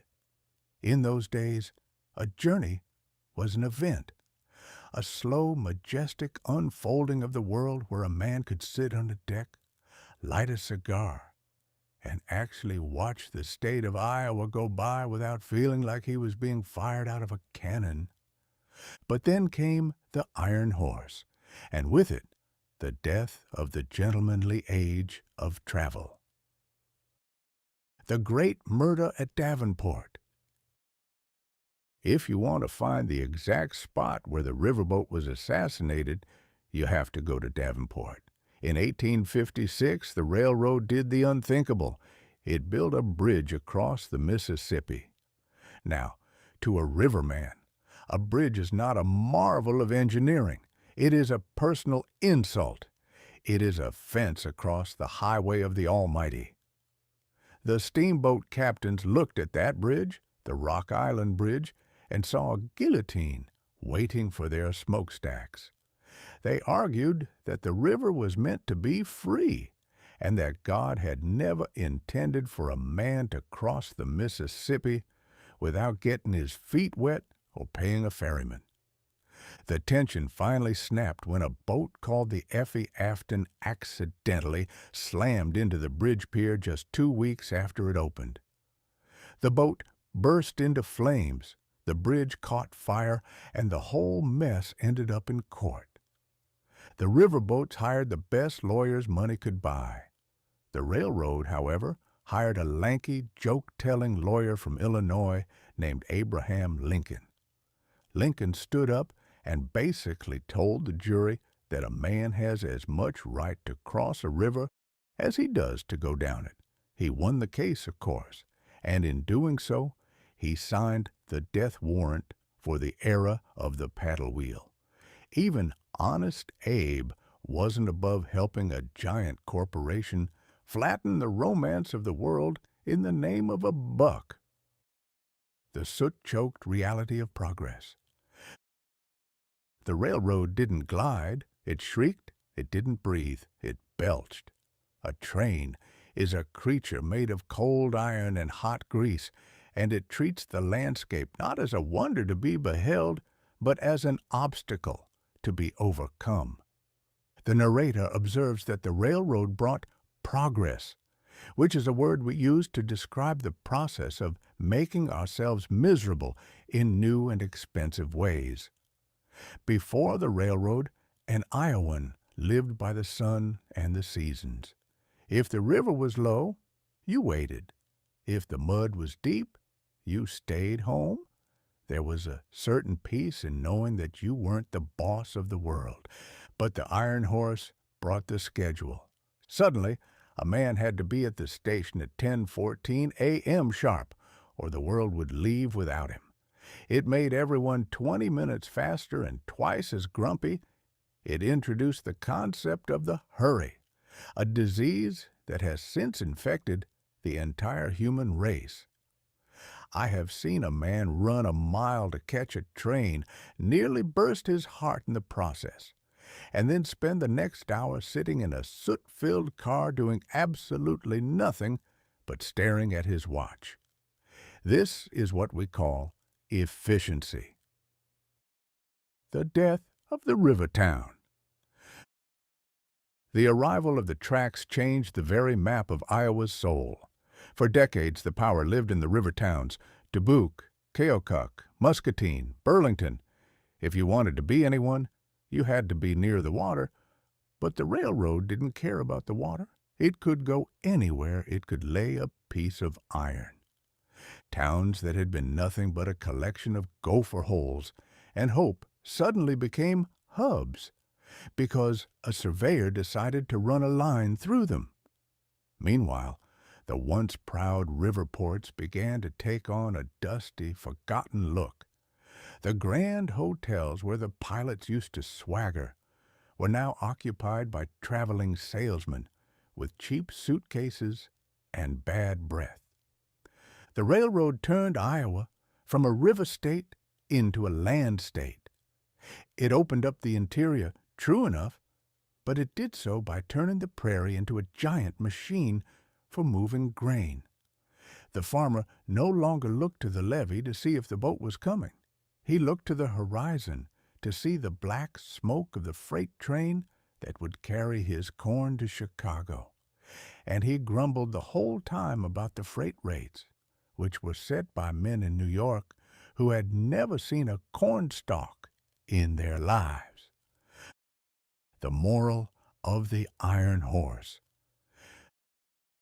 The narrator reflects that something vital was lost when we traded the paddle wheel for the piston. On a boat, you were a passenger on a journey. On a train, you are a piece of freight with a hat on.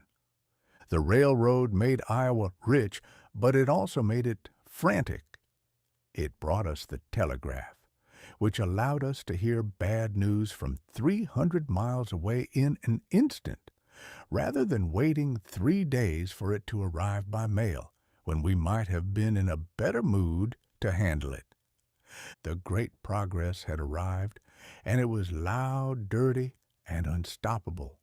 The tall grass was being sliced into squares, the silence of the prairie was being shattered by the steam whistle, and the Iowan was learning that in the modern world, time is money, and most of us were already running out of both. Chapter 12. The Grange and the Grumble. It has been said that the farmer is the only man in our economy who buys everything at retail, sells everything at wholesale, and pays the freight both ways. This is a condition that would drive a normal man to drink, or at the very least, to a career in piracy. But the Iowan is a creature of remarkable patience. He spends his life in a state of quiet, simmering indignation, waiting for the weather to improve or for the government to develop a conscience, though he knows in his heart of hearts that the weather is more likely to listen to reason. By the 1870s, however, the Iowan's patience had worn thin enough to see through. The iron horse we discussed in the last chapter had turned out to be less of a noble steed and more of a ravenous parasite. The railroad was a monopoly, a word that comes from the Greek and means we have all the coal and you have none of the choices. If a farmer wanted to get his corn to Chicago, he had to pay whatever price the railroad dictated, which usually left him with just enough profit to buy a new pair of suspenders and a very small bag of salt. The mystery of the middleman. In the great chain of being, there is the creator, the farmer, and then a long murky stretch of shadows populated by middlemen. A middleman is a gentleman who wears a clean collar, sits in an office with a mahogany desk, and possesses the magical ability to make money off a bushel of wheat without ever knowing which end of the wheat goes into the ground. The farmer does all the work. He rises before the sun, an act of self-torture that no sane person should perform, toils in the mud, battles the chinch bugs, survives the hail, and finally wrestles a crop from the stubborn earth. He then hauls this crop to the local grain elevator, which is a tall, windowless tower of thievery. The man at the elevator looks at the farmer's grain, sneezes on it, declares it Grade B, and hands over a pittance. By the time that grain reaches a dinner table in New York, the price has tripled. But the farmer sees none of that increase. The money has been siphoned off by the railroad, the warehouseman, the speculator, and the fellow who prints the labels. The farmer feeds the world, but the middleman usually eats the dessert. Enter the Grange, a club for the grumpy. In 1867, a fellow named Oliver Hudson Kelly looked at the lonely, soot-stained life of the American farmer and decided what the man really needed was a social life and perhaps a secret handshake. He founded the Patrons of Husbandry, more commonly known as the Grange. Now, the Grange was a peculiar organization. It was part political party, part social club, and part secret society. It was the only place where a farmer could put on a sash, learn a password, and spend 4 hours in a dimly lit hall discussing the price of barbed wire as if it were a matter of high theology. Iowans took to the grange like a duck takes to a June puddle. By 1874, Iowa had more granges than any other state in the Union, over 2,000 of them. Every township had a meeting hall where farmers and their wives could gather to eat fried chicken and discuss the fact that they were being swindled. The social aspect was vital. A farmer is a solitary creature. He spends so much time talking to his mules that he eventually begins to resemble them in temperament. The grange brought him out into the light. It taught him that his neighbor wasn't his enemy. The railroad was. There's nothing that binds two men together quite like the discovery that they are both being robbed by the same person. The great legislative grumble. Once the Iowans were organized, they did what Iowans do best. They started passing laws. They took over the state legislature and passed the Granger laws, which told the railroads in no uncertain terms that they couldn't just charge whatever they felt like. The railroads were aghast. They argued that a corporation was a private citizen and had the right to be as greedy as it pleased without government interference. They took the matter all the way to the Supreme Court, claiming that the state had no right to regulate private property. But the Supreme Court, in a rare fit of common sense, ruled that when private property is clothed with a public interest, it must be regulated for the common good. It was a staggering blow to the robber barons. It established the principle that a corporation is not a god, but a servant of the people, or at least a creature that needs a very stout leash and a muzzle. The narrator observes that this was the birth of the modern regulation. It started in a one-room schoolhouse in Iowa, where a man in muddy boots decided he'd had enough. The cooperative experiment. The Grangers didn't stop at laws. They decided to bypass the middleman entirely by starting their own stores and factories. They figured that if they could grow the corn, they could surely figure out how to sell the plow. They started grange stores and even tried their hand at manufacturing farm machinery. For a while, it looked like the farmer was going to inherit the earth. But there was one small problem. Farmers are not businessmen. A farmer is a man of the soil. He understands the language of the seasons. A businessman is a man of the ledger. He understands the language of the percentage. When you put a group of honest, stubborn farmers in charge of a complicated manufacturing business, you usually end up with a very high-quality machine that costs twice as much to make as it does to buy, and a treasury that is mostly filled with "I owe us" and good intentions. By the late 1870s, many of the Grange's business ventures had collapsed under the weight of their own sincerity. The middleman returned, smoother and more expensive than ever, and the farmer went back to his fields, though he kept his sash and his secret handshake just in case. The moral of the grumble. The Grange may not have made every farmer a millionaire, but it changed the character of the state forever. It proved that the individualist on the prairie could be a collectivist when the wolf was at the door. It taught the Iowan that his voice carried further when it was joined by 10,000 others. It laid the groundwork for every farm movement that followed, from the populists to the modern co-ops. It was the moment Iowa realized that it wasn't just a place where crops were grown, it was a place where power was grown. The narrator reflects that the grumble is the natural state of the Iowan. If a farmer isn't complaining, he's probably dead or has moved to California, which is a form of death in its own right. But the Grange gave that grumble a purpose.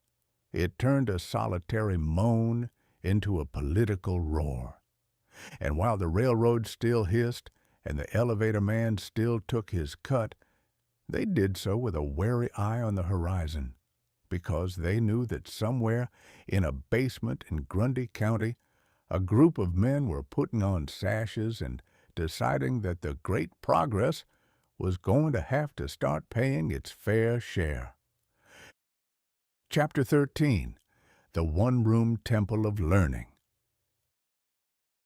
There is a peculiar notion prevalent in the softer parts of the world that a man who spends his life looking at the back end of a mule has no use for the higher branches of philosophy or the intricate spellings of the English language. Most civilizations believe that if you are destined to pitch hay, you ought to stay as ignorant as the hay itself, lest you start getting ideas about your station in life. But the Iowa pioneer was a different breed of animal.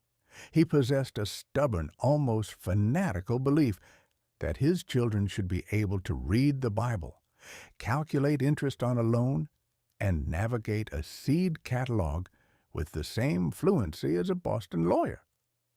This resulted in a geographical phenomenon that would have baffled a European cartographer: the systematic sprinkling of white, wooden boxes across every 4 square miles of the prairie.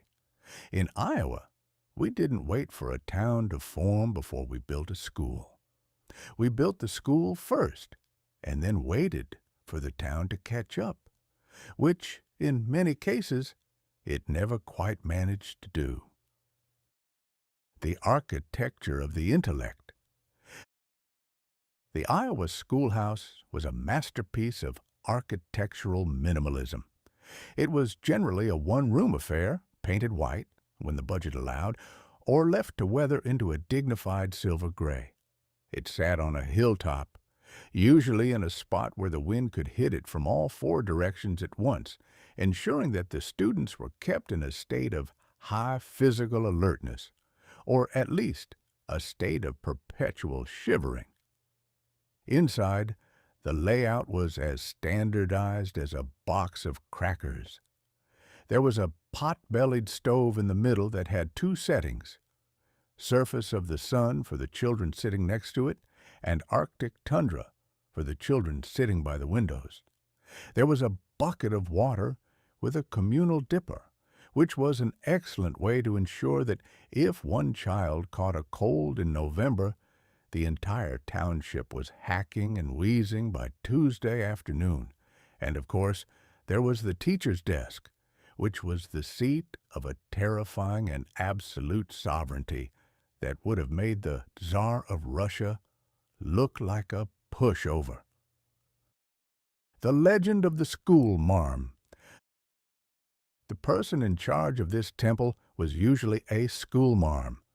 Now, the term schoolmarm conjures up an image of a woman who was born old, possessed a face like a dried apple, and had a heart made of flint.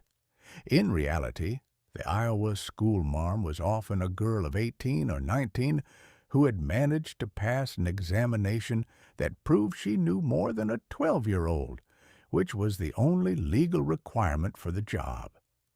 She was the highest authority in the district, despite the fact that half her students were likely larger than she was, and could probably have lifted the schoolhouse off its foundation if they'd had a mind to.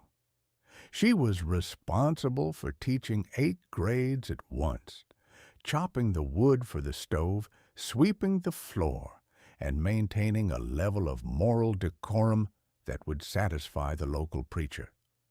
She was also the most eligible bachelorette in the county. Every bachelor farmer for 20 miles would suddenly find a reason to ride past the schoolhouse at 3 o'clock, wearing his best hat and trying to look like a man who enjoyed poetry and didn't smell entirely of manure. A schoolmarm rarely stayed a schoolmarm for long in Iowa. She usually ended up married to a deacon or a prosperous hog farmer, leaving the school board to go out and fetch a fresh one from the east. The curriculum, from A to Z and back again. The education provided in these little boxes was a marvel of efficiency. We didn't have electives or extracurricular activities or guidance counselors. We had the 3 R's, reading, writing, and arithmetic, and we had them delivered with a vigor that would have stunned a modern scholar. The primary tool of instruction was the McGuffey Reader. These books were designed to ensure that while you were learning to read, you were also being hit over the head with a moral lesson on every page. If you read a story about a boy named Tom, you could be certain that by page 4, Tom was going to meet a tragic end because he had played hooky or told a lie about a broken window. The McGuffey Reader taught us that the universe was a very strict place where adjectives were important, but honesty was mandatory. Then there was the spelling bee. In Iowa, spelling was not merely a linguistic exercise, it was a blood sport. A spelling bee was the primary form of entertainment during the long winter months. Grown men would gather in the schoolhouse to watch their children compete, and if a 10-year-old girl managed to spell incomprehensibility correctly, the cheering could be heard in the next county. It gave the Iowan a lifelong respect for the big word, even if he never intended to use it while talking to a cow. The discipline of the hickory stick.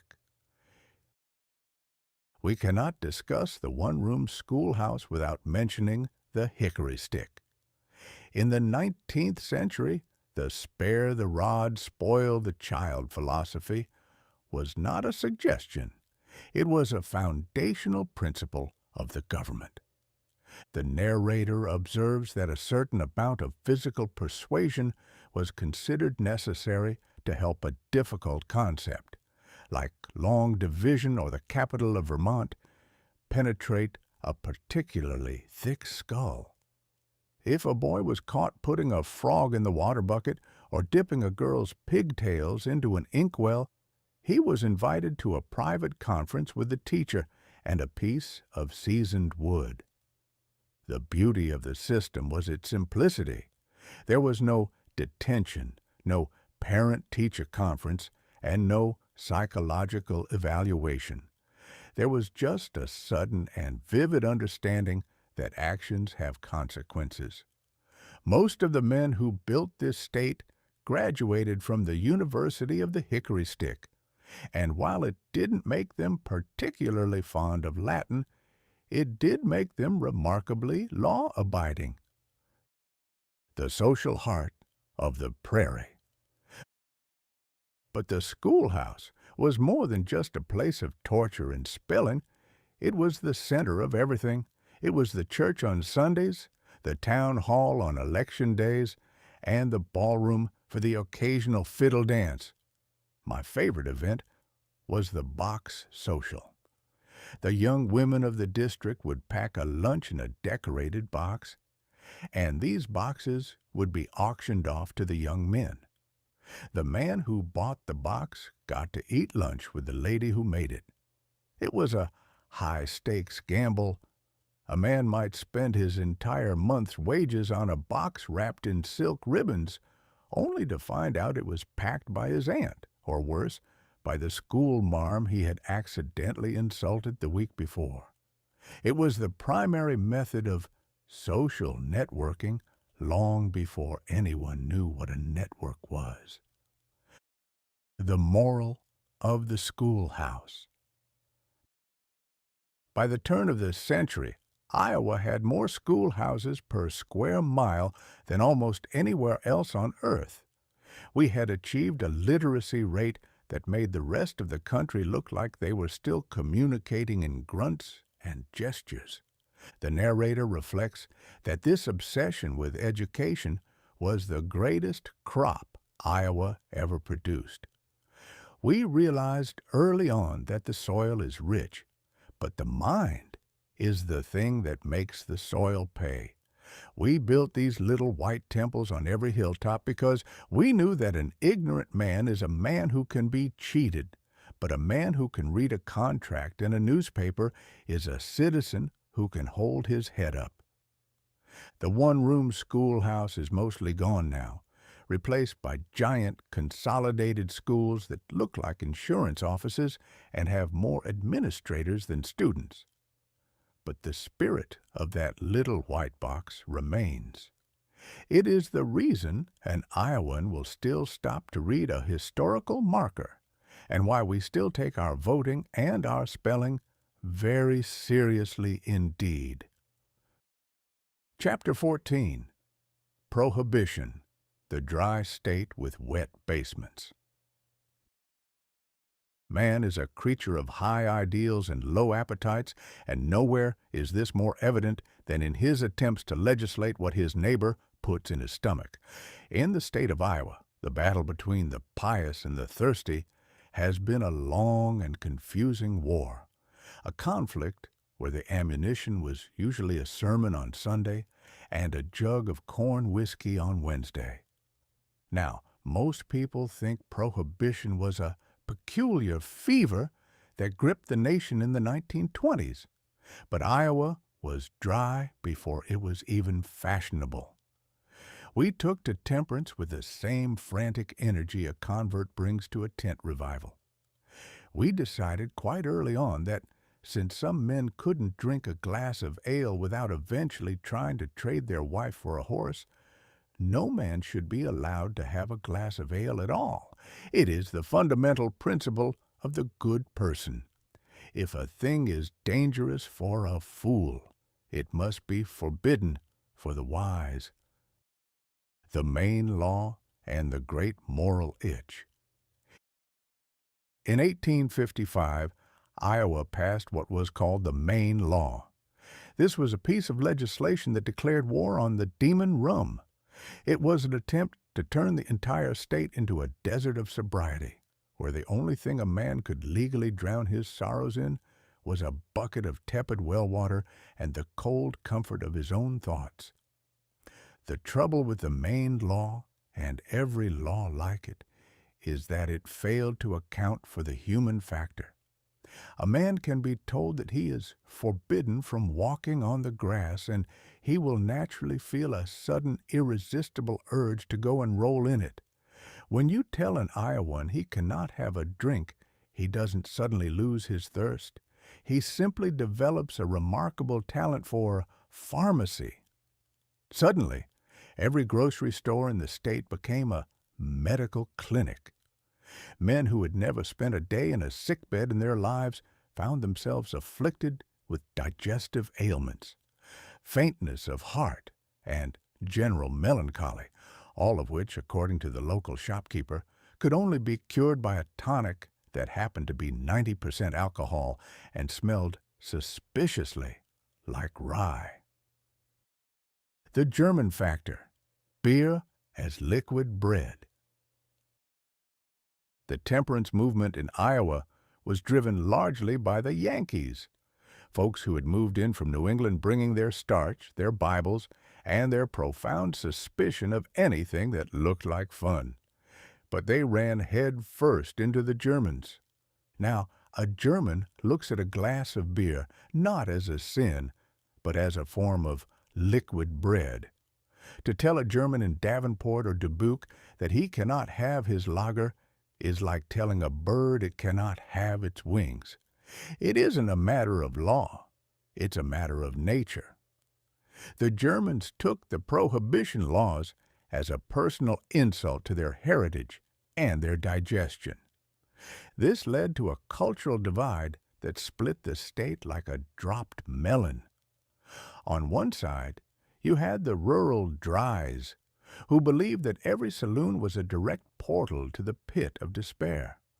On the other side, you had the Rivertown wets, who believed that a man who doesn't drink beer is a man who probably has something to hide, like a collection of stolen spoons or a secret fondness for tax collectors. The Molk Law, the pinnacle of Iowa common sense. By the 1890s, the state was in a legislative muddle. Prohibition was the law of the land, but nobody was actually paying attention to it. The saloons were open, the whiskey was flowing, and the only people who were unhappy were the politicians who were missing out on the tax revenue. In a moment of pure, unadulterated Iowa genius, the legislature passed the Molk Law in 1894. I have always admired the Molk Law because it is the most honest piece of hypocrisy ever devised by man. The law didn't actually make alcohol legal. Oh, no. It kept it illegal. But it said that if a saloon owner paid a mulct tax, which was essentially a fine for being a criminal, and if he followed a dozen impossible rules, the state would agree to stop arresting him. It was a beautiful arrangement. It allowed the drys to keep the law on the books so they could feel morally superior, and it allowed the wets to keep the beer in the barrels so they could stay hydrated. It was a fine for staying in business. In Iowa, we realize that if you can't stop a sin, you should at least make sure it pays its fair share of the school budget. The blind pig, and other zoological wonders. When the national prohibition finally arrived in 1920, the Iowan was already a veteran of the underground. We had mastered the art of the blind pig. A blind pig, or a blind tiger, was an establishment where a man would pay a nickel to see a rare, sightless animal in the back room. The pig, of course, was imaginary, but the free glass of gin that came with the viewing was very real. It was a charming little fiction that satisfied the law and the palate simultaneously. The narrator observes that the era of prohibition was a grand age for the imagination. Farmers began to grow medicinal corn. Basements were excavated with a sudden, frantic urgency that suggested everyone was building a fallout shelter 50 years too early. A man would walk into a barn to look at a heifer and emerge 20 minutes later with a glassy eye and a renewed sense of optimism about the harvest. The moral of the wet basement. The great irony of Prohibition in Iowa was that it didn't stop the drinking, it just ruined the quality of the drink. Instead of a well-aged whiskey, men were drinking bathtub gin that tasted like a mixture of turpentine and regret. It also turned every citizen into a casual criminal. When the law is an ass, the people treat it as such. A man who would never dream of stealing a chicken or lying to his mother thought nothing of slipping through a cellar door to share a jar of white lightning with his neighbor. The dry years taught Iowa a valuable lesson about the limits of government. You can pass a law that says the wind shall not blow, but you'd better keep your coat on. You can tell a man he must be good, but you cannot force him to be dry if his basement is wet and his heart is heavy. The conclusion of the jug. In 1933, the nation finally woke up with a headache and repealed the whole mess. Iowa, being Iowa, took a little longer to adjust. We kept our state liquor stores for decades, ensuring that if you wanted to buy a bottle of wine, you had to go to a building that looked like a post office and fill out enough paperwork to buy a house. The narrator reflects that there is a bit of the prohibitionist in every Iowan. We still have dry counties, and we still have a lingering suspicion of anyone who seems to be enjoying themselves too much on a Tuesday night. But we also have the basement, And we have the history of the mulct law. We are a people who value the law, but we value the exception just a little bit more. We want our neighbors to be sober, our politicians to be righteous, and our own personal jugs to be hidden safely behind the preserves in the pantry. It is a complicated way to live, but it ensures that we always have something to talk about and something to drink while we're talking. Chapter 15, The Great Depression and the Farm Holiday. Now, there is a common misconception among the city-dwelling classes. Those folks who think milk originates in a glass bottle and that bread is a natural mineral found in grocery stores, that the Great Depression began in October of 1929 when a bunch of gentlemen in silk hats decided to jump out of windows in New York City. But for the Iowa farmer, the Great Depression didn't arrive with a crash. It arrived like a slow leak in a tire. You see, the farmer had been living in a state of financial melancholy since the end of the Great War. During the war, the government had told the farmer it was his patriotic duty to plow every inch of the state, including the front yard and the space under the porch, to feed the world. Prices were high, land was expensive, and everyone was borrowing money, as if the Almighty had personally guaranteed that corn would never again sell for less than $1 a bushel. But when the war ended, the world stopped being quite so hungry, and the prices dropped faster than a lead weight in a well. By the time the 1920s were roaring for the rest of the country, the Iowa farmer was already wondering if his shoes would last another winter, and if he could convince his cow to accept a pay cut. So, by 1829, when the rest of the country finally realized the party was over, the Iowan just looked up from his empty plate and said, "What took you so long? We've been out of cake for years." The banker and the paper tiger. The villain of this particular chapter of our story is not a man with a mustache and a whip, but a man with a ledger and a fountain pen, the banker. Now, I have nothing against bankers in the abstract. They are necessary creatures, much like spiders or vultures. They have a role to play in the ecosystem, even if you wouldn't want to invite one to a picnic. But in the 1930s, the relationship between the farmer and the banker became strained. The farmer had borrowed money to buy land when it was priced at $300 an acre. Now, that same land was worth $60, but the bank still wanted the $300. It is a mathematical impossibility that would baffle a Greek philosopher, but it made perfect sense to the bank's board of directors. When the farmer couldn't pay, the bank sent out a man in a clean suit to foreclose. Foreclosure is a polite, legalistic word for putting a family's life in a wagon and telling them to get lost. It was a cold, mechanical process. The bank would take the land, the house, the tractor, and the kitchen table and sell them all at an auction to satisfy the debt. It was a tragedy performed on a front porch with the neighbors watching from the road. The penny auction, a masterpiece of neighborly extortion. However, the bank forgot one very important thing. The Iowan is a neighbor before he is a debtor.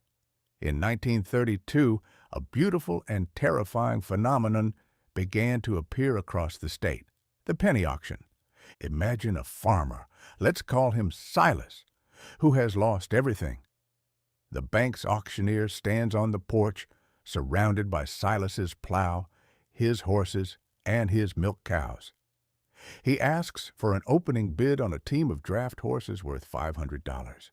A neighbor, standing in the front row with his arms crossed and a very heavy-looking piece of hickory in his hand, pipes up, "I bid 1 cent." The auctioneer laughs. He waits for a real bid, but nobody says a word. He looks around and notices that every man in the crowd, and there are 200 of them, is looking at him with an expression that suggests he might find himself wearing the horse trough if he isn't careful. "I bid 2 cents, says another neighbor. "Going once, going twice." The auctioneer, sweating through his collar and realizing that his life insurance policy probably doesn't cover angry mobs of farmers, knocks it down for 2 cents. By the end of the day, Silas's entire farm has been sold for a grand total of about $1.40. The neighbors then gather up the bills of sale, hand them back to Silas, and tell him to get back to work. The bank gets a check for $1.40, and the neighborhood gets to keep Silas. It was a form of communal blackmail that was technically legal and morally magnificent. Milo Reno and the holiday spirit. But the penny auction was just the beginning. In 1932, a fellow named Milo Reno, a man with a voice like a foghorn and a temperament like a hornet, decided that if the farmers were going to be treated like dirt, they might as well act like a landslide. He founded the Farmers Holiday Association. The idea was simple: stay at home, buy nothing, sell nothing. They called it a holiday, which is a very cheerful name for a desperate attempt to starve the cities into paying a fair price for a hog. Reno argued that if the farmers just stopped shipping their produce for a few weeks, the folks in Chicago and New York would realize that they couldn't eat their stock certificates. He wanted a cost of production guarantee. The Iowans took to the holiday with a grim enthusiasm. They set up roadblocks outside of Sioux City, Council Bluffs, and Des Moines. They weren't just protesting, they were enforcing. If a truck tried to bring milk or livestock to the market, it was met by a line of men with spiked logs and a very clear message: "Turn around, or we'll do the turning for you." The Great Milk Spillage. The most famous and most tragic sight of the farm holiday was the spilling of the milk. Thousands of gallons of fresh white milk were poured into the ditches of Iowa. To a man who has spent his morning milking a cow, pouring that milk into the mud is a form of sacrilege. It goes against every instinct of a farmer. But they did it to prove a point. They were saying to the world, "If this milk isn't worth enough to feed my children, it isn't worth sending to yours." The narrator observes that there is something deeply unsettling about a ditch full of milk. It looks like a ghost of a harvest. It was a visual representation of a broken system, a world where there was too much food in the fields and not enough bread on the tables. The incident at Lamar's, the judge's lesson. The tension finally boiled over in April of 1833 in a town called Lamar's. A group of 600 angry farmers marched to the courthouse, where Judge Charles Bradley was busy signing foreclosure orders. They didn't want a legal argument. They wanted a stop to the evictions. They dragged the judge out of his courtroom, hauled him to the edge of town, and demanded he swear he would sign no more foreclosures. When the judge, to his credit, refused to be intimidated, the mob put a rope around his neck. They didn't hang him, but they gave him a very vivid preview of the sensation. They slapped him, threw dirt on him, and, in a final strange act of Iowa humiliation, they took off his trousers and filled them with grease. It was a scandalous affair. The governor called out the National Guard, and for a few weeks, parts of northwest Iowa were under martial law. It was the closest the state ever came to a full-scale revolution. The moral of the farm holiday: the farm holiday didn't actually raise the price of corn, and it didn't end the Depression. That took a world war and a fellow named Roosevelt with a lot of new ideas. But it proved something vital about the Iowan character. The narrator reflects that when the world turns cold and the big institutions stop caring about the individual, the Iowan turns to his neighbor. He realizes that a mortgage is just a piece of paper, but a friend is a piece of reality. The 1930s were a time of dust and debt, but they were also a time of fierce, stubborn loyalty. We learned that you can take a man's tractor and you can take his land, but if you try to take his dignity, you're going to have to deal with every man on his road, and they're probably bringing their sausage stuffers and their spiked logs with them. The holiday eventually ended. The rain eventually returned, and the farmers went back to their plows. But the memory of those days, the penny auctions, and the milk in the ditches stayed in the soil. It reminded us that the state of Iowa isn't built on banks. It's built on the hands that hold the reins. Chapter 16, Hybrid Corn and the Industrial Miracle. Now, for a few thousand years, nature had a fairly simple arrangement with the corn plant. A stalk of corn would grow, catch the wind, flirt shamelessly with its neighbors by tossing its pollen about, and eventually produce an ear of grain that was a colorful, chaotic mess of genetic accidents. Some ears were big, some were small, some were purple, and some looked like they had been through a rough night at a saloon. The farmer would walk his field, pick out the prettiest ears, throw them in a basket, and save them for next year's seed. It was a romantic, haphazard system that relied on the farmer's intuition and the Almighty's sense of humor. But in the early 20th century, a group of men with spectacles and very sharp pencils decided that intuition was just a fancy word for unorganized failure. They decided that the cornfield should not be a garden, but a factory. And the chief architect of this green revolution was a fellow named Henry A. Wallace, the prophet of the cornfield. Henry A. Wallace was born into the royal family of Iowa agriculture. His father and grandfather were the editors of Wallace's Farmer, a magazine whose motto was "Good farming, clear thinking, right living." In Iowa, that magazine was held in higher regard than the Congressional Record and was slightly more useful as a fire starter. Now, Henry wasn't like other boys. While most youngsters were out behind the barn learning to chew tobacco or chase girls, Henry was sitting in a dirt patch with a pair of tweezers, performing delicate surgery on corn tassels. He was a plant breeder, which sounds like a very dull hobby, until you realize it is essentially the act of playing God with a vegetable. He had a theory. He noticed that when you took a corn plant and forced it to self-pollinate, which is a polite way of saying the plant became its own father and mother, the resulting offspring was a puny, shivering, pathetic little wreck of a thing.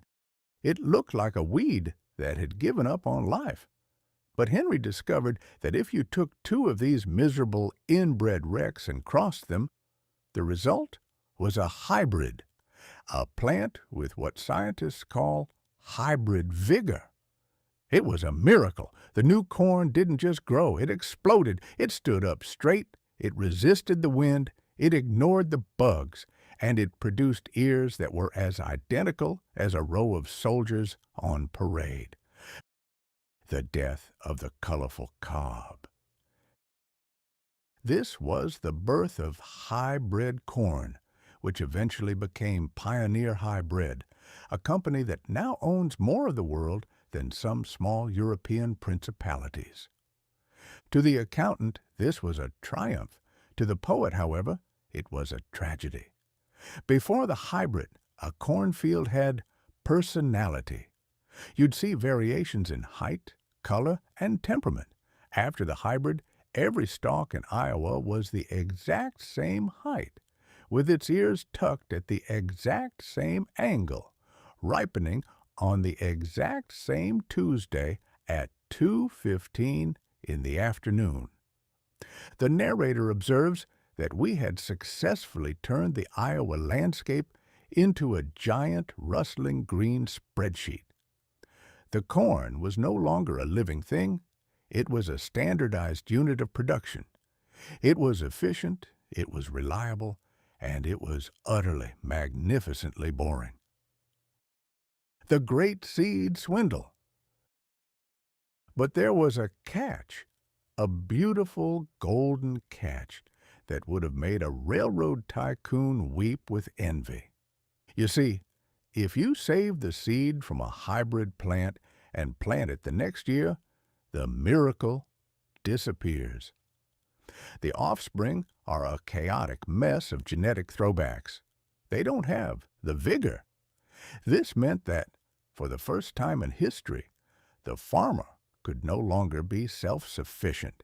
He couldn't just keep a few ears in the barn for next year. He had to buy his seed. Every single year. It was the most brilliant business model ever devised. The farmer was now a subscriber to a biological service. He had traded his independence for a 20% increase in yield.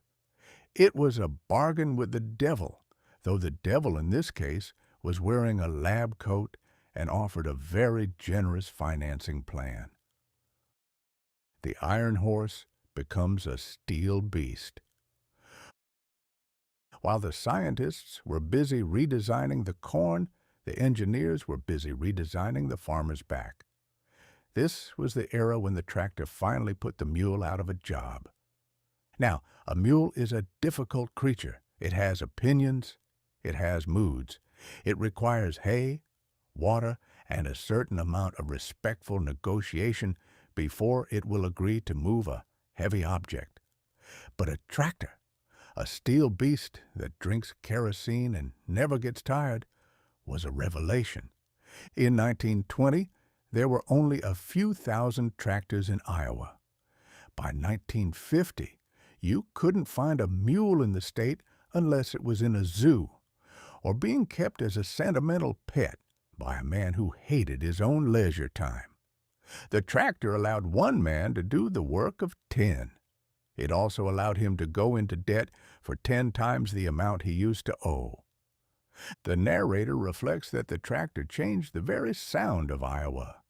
The quiet creak of harness leather and the occasional giddy-up were replaced by a constant low-frequency thrumming that made the very air vibrate.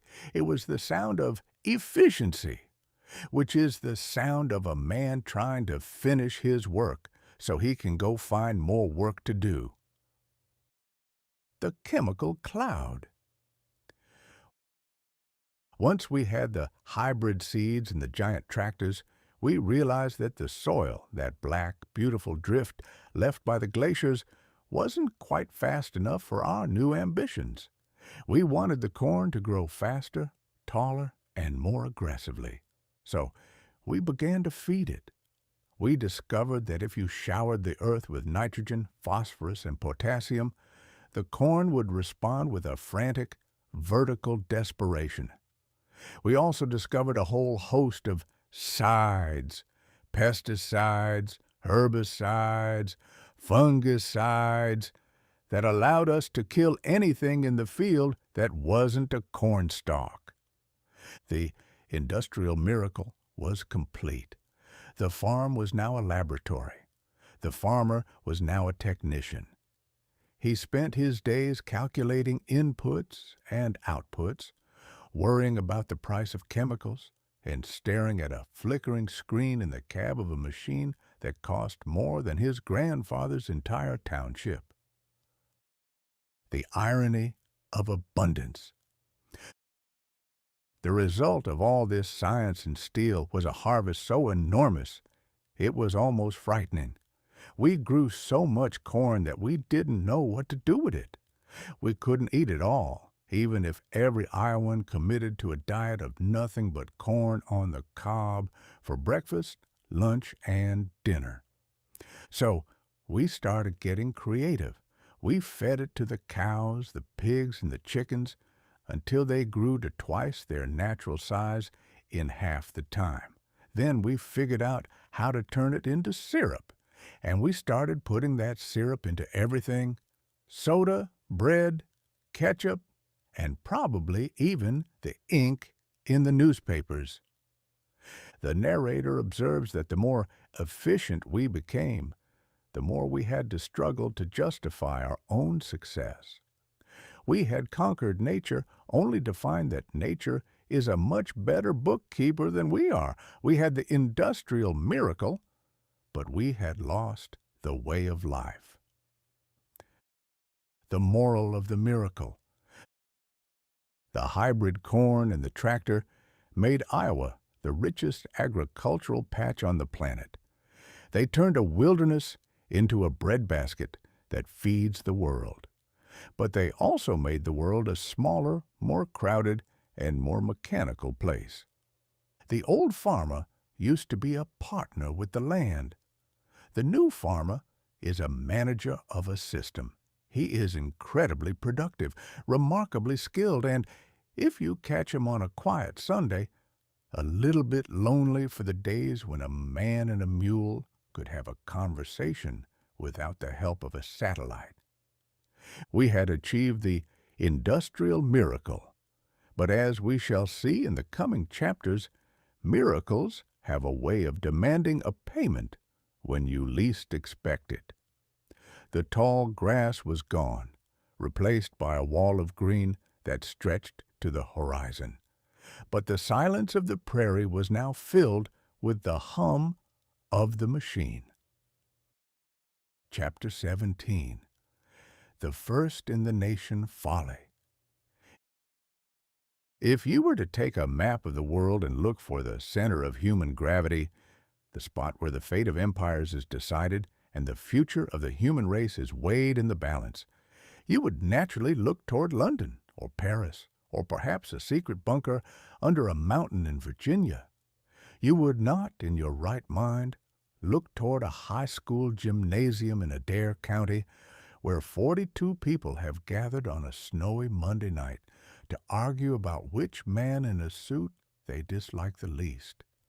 And yet, every 4 years, the state of Iowa undergoes a transformation that defies both logic and the laws of probability. It ceases to be a quiet place of corn and hogs and becomes the political center of the universe. This is the phenomenon of the Iowa caucuses, a process so convoluted, so idiosyncratic, and so utterly Iowan that it makes a card game played by 3 blind men in a dark cellar look like a model of transparency. The accidental coronation.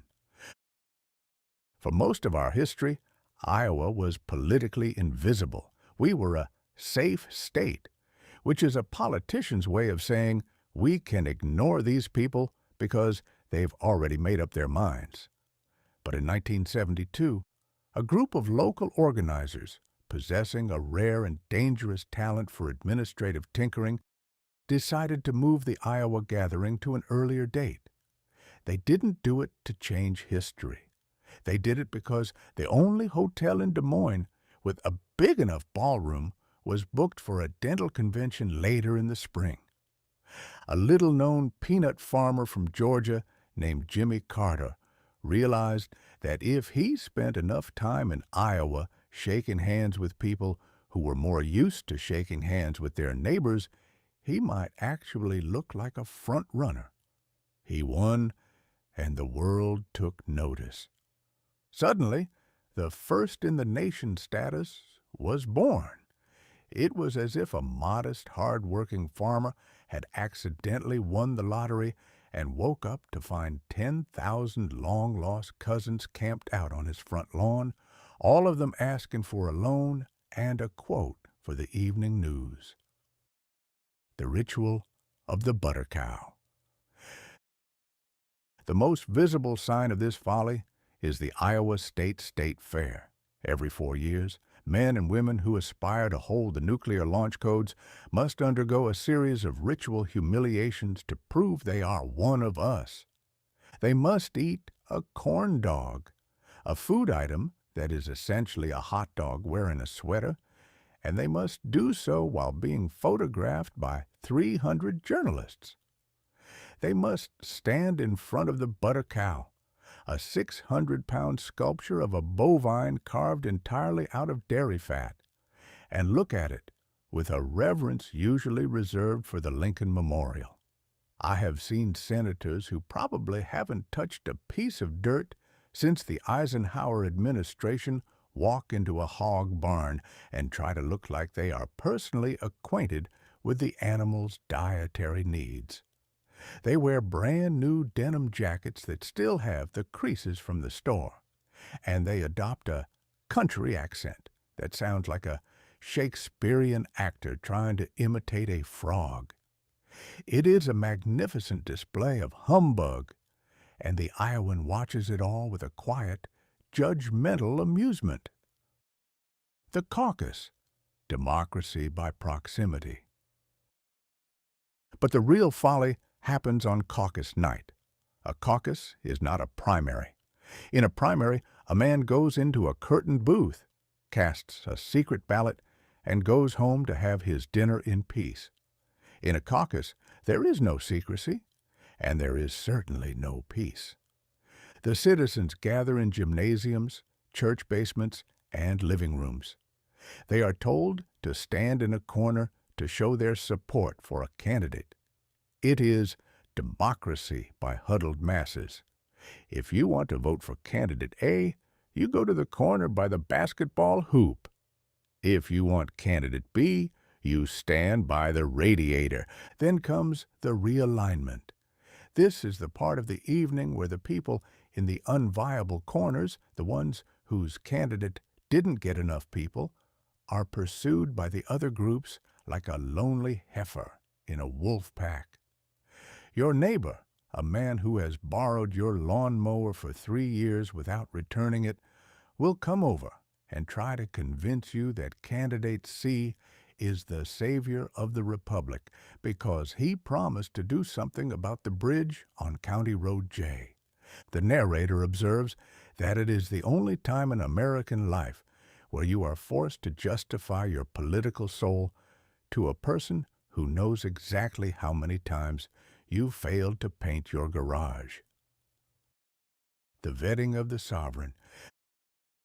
There is a legend that an Iowan was once asked what he thought of a certain candidate. He replied, "I don't know yet. I've only met him 4 times." This is the great conceit of the Iowa voter. Because we are first, we believe it is our sacred duty to put every candidate through a 4-month-long interrogation. A candidate cannot just run a television ad in Iowa. He has to come to your kitchen table. He has to drink your lukewarm coffee. He has to answer a question about the basis price of soybeans from a man who is currently wearing a hat advertising a seed company. The first-in-the-nation status has turned the Iowan into a professional cynic. We have seen so many world leaders in our living rooms that we've lost the ability to be impressed. When the President of the United States comes to town, the average Iowan's first thought isn't, "There is the leader of the free world." It's, "I hope he doesn't block my driveway. I've got to get to the hardware store before they close."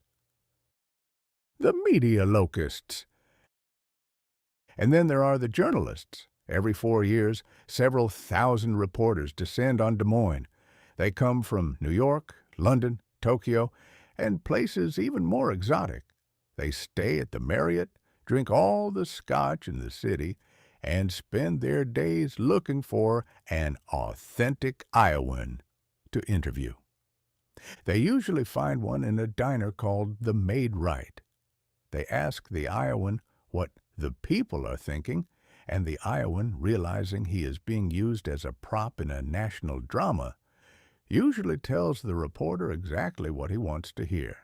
He'll lean back, squint his eyes, and say something like, "Well, we're looking for a man with a steady hand and a respect for the soil."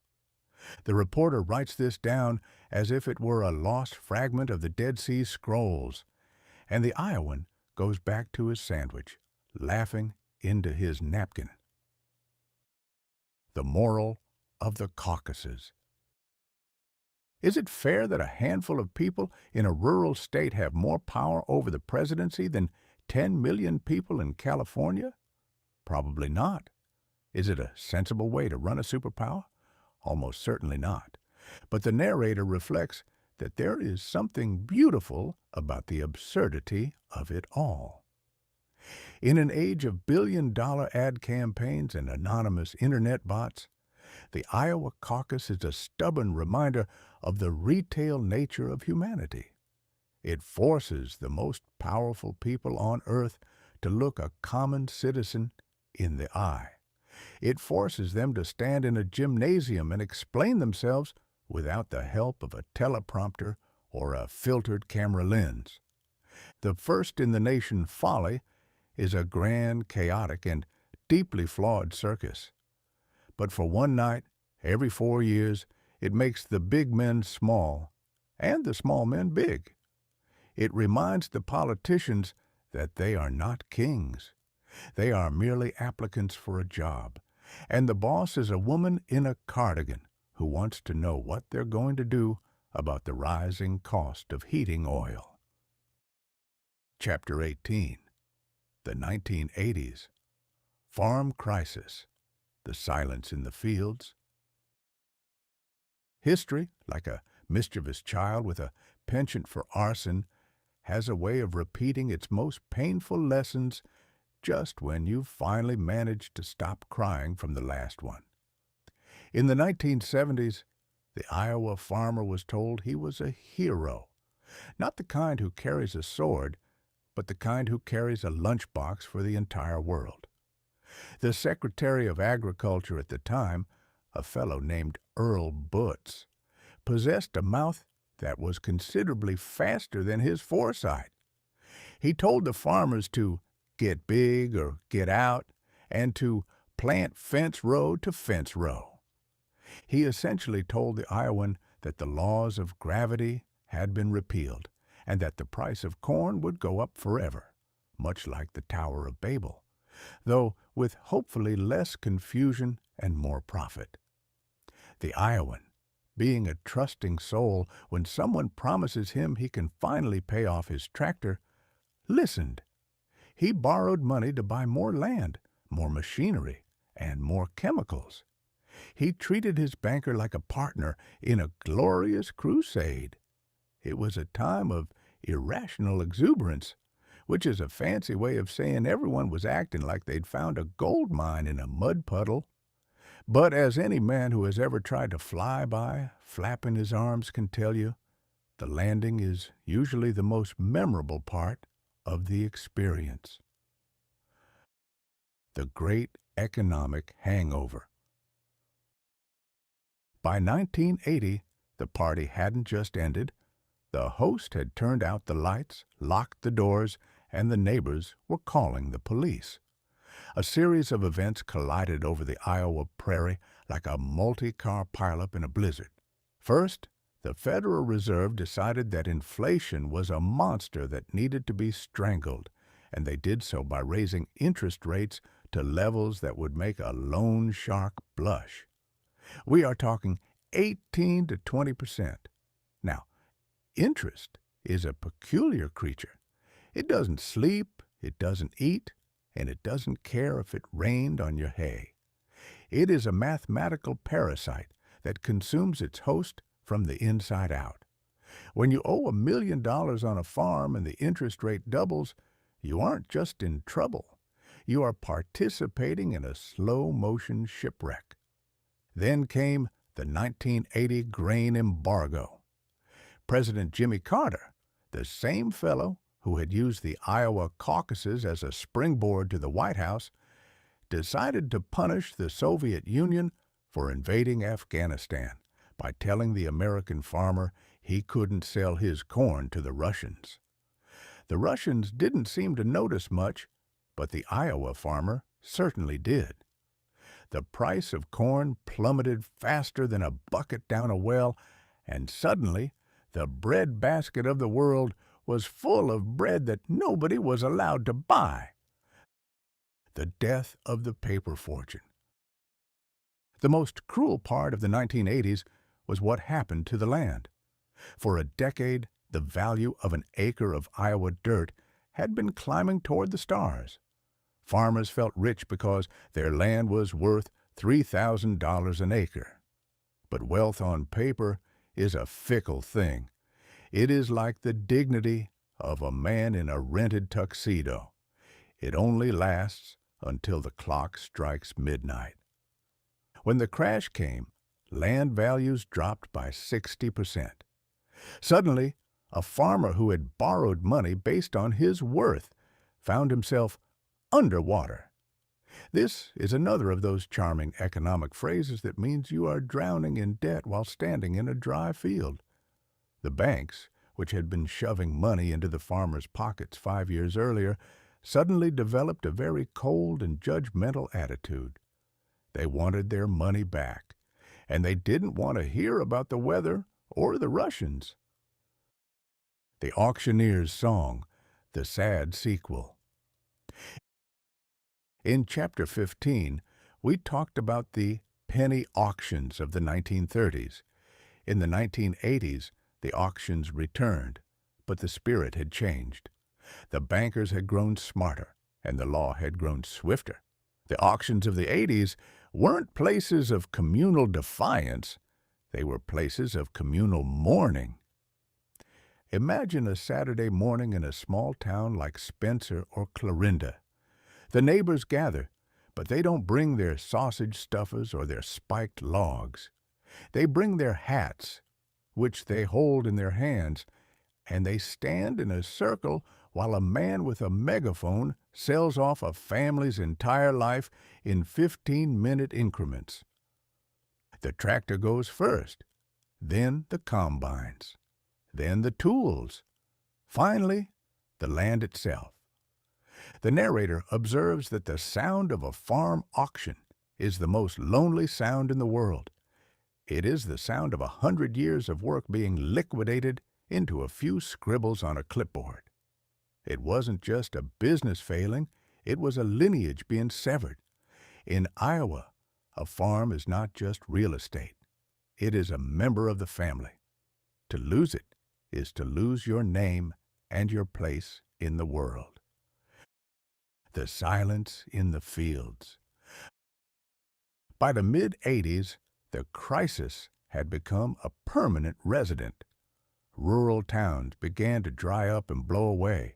The local implement dealer went out of business because nobody could afford a new bolt, let alone a new plow. The grocery store closed.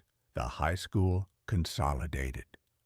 A silence began to fall over the countryside.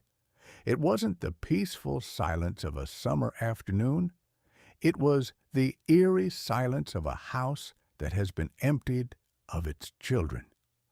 It was during this time that the outside world finally noticed that the people who fed them were suffering. This led to Farm Aid, a grand concert where rock stars in leather pants sang about the soil. It was a noble effort, and Willie Nelson is as close to a saint as a man who wears a bandana can be, but you can't fix a broken global economy with a guitar solo and a collection plate. It was like trying to stop a forest fire with a squirt gun. It showed a lot of heart, but the fire didn't much care. The human cost, the shadow of the barn. We cannot talk about the 1980s without mentioning the darkness that crept into the farmhouses. Farmers are a proud people. They are used to being the ones who provide, the ones who endure. When they found they could no longer keep the land that their grandfathers had broken with a mule, some of them broke instead. The suicide rate in the rural Midwest spiked. Men who had survived blizzards and droughts couldn't survive the shame of a banker's letter.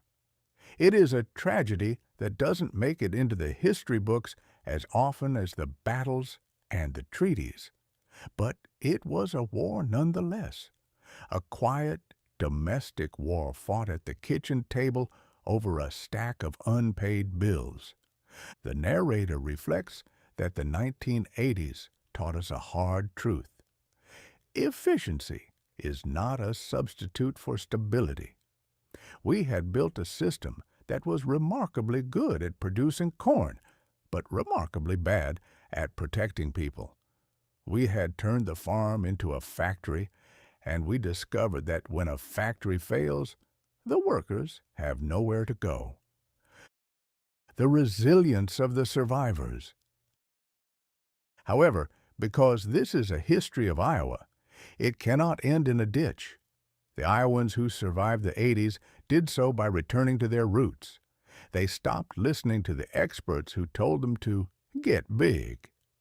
They started to value the small, the sustainable, and the neighborly once again. They learned to make do with less. They learned to diversify. They learned that the most important crop on a farm isn't the corn in the bin, but the family in the house. By the time the 90s arrived, the crisis had receded, but the landscape was changed. There were fewer farmers, larger farms, and a lot of empty buildings. But the ones who remained were made of a harder sort of iron. They had looked into the abyss of the 1980s and hadn't blinked. The moral of the crisis. The 1980s farm crisis was the moment Iowa grew up. We lost our innocence, the belief that the world would always need us more than we needed the world. We realized that we were part of a global machine that was indifferent to our traditions and our toil. But we also realized that we were still Iowans. We still had the soil. We still had the weather. And we still had the stubbornness that makes a man stay on a piece of land long after a sensible person would have moved to a city and taken a job in an air-conditioned office. The silence eventually lifted, replaced by the roar of even larger tractors and the hum of the new century. But if you walk into a coffee shop in any small Iowa town today and mention the 80s, you will see a look come over the faces of the older men, a look of recognition, of shared pain, and of a quiet, hard-won pride. They survived the Great Squeeze, and they are still here to tell the tale. Chapter 19. Rag Bry, the Great Bicycle Migration. Now, if you were to tell a man of the 19th century, a man who spent his life trying to invent a machine that would save him from the drudgery of physical labor, that in the future thousands of people would pay good money to spend a week in July pedaling a two-wheeled iron spider across the state of Iowa in 100-degree heat, he would look at you with the profound pity one usually reserves for the dangerously insane. He would assume that these poor souls were being punished for some unspeakable crime, or perhaps that the world had run out of horses and coal simultaneously. But this is Rag Bry, the Register's annual great bicycle ride across Iowa. It is a phenomenon that defies the laws of physics, the dictates of common sense, and the fundamental human instinct to seek shade whenever the sun is high enough to fry an egg on a fence post. It is the largest, oldest, and longest multi-day bicycle touring event in the world, which is a very dignified way of saying it is a week-long 7-statewide carnival on wheels. The founding fathers of the folly. The whole mess started in 1973, thanks to two gentlemen at the Des Moines Register named John Karras and Donald Cowell. These two were journalists, a breed of men who are naturally prone to making questionable decisions in the pursuit of a story. They decided to ride their bicycles across the state, and in a moment of sheer, unadulterated recklessness, they invited the readers to come along. They expected a few dozen people, mostly fitness enthusiasts and the kind of folks who enjoy eating bran for breakfast, to show up. Instead, they were met by a throng. It turns out that there is a dormant gene in the human spirit that, when triggered by the prospect of a long journey and a lack of adult supervision, compels a person to hop on a bicycle and head for the horizon. What was meant to be a quiet jaunt across the prairie turned into a movement. Today, 10,000 official riders and at least that many unofficial ones who have decided that rules are merely suggestions descend on a town on the Missouri River every July. They dip their back tires in the muddy water, point their noses east, and begin a slow, sweaty migration toward the Mississippi. The uniform of the new century. The first thing the narrator observes about the ragbri rider is the spandex.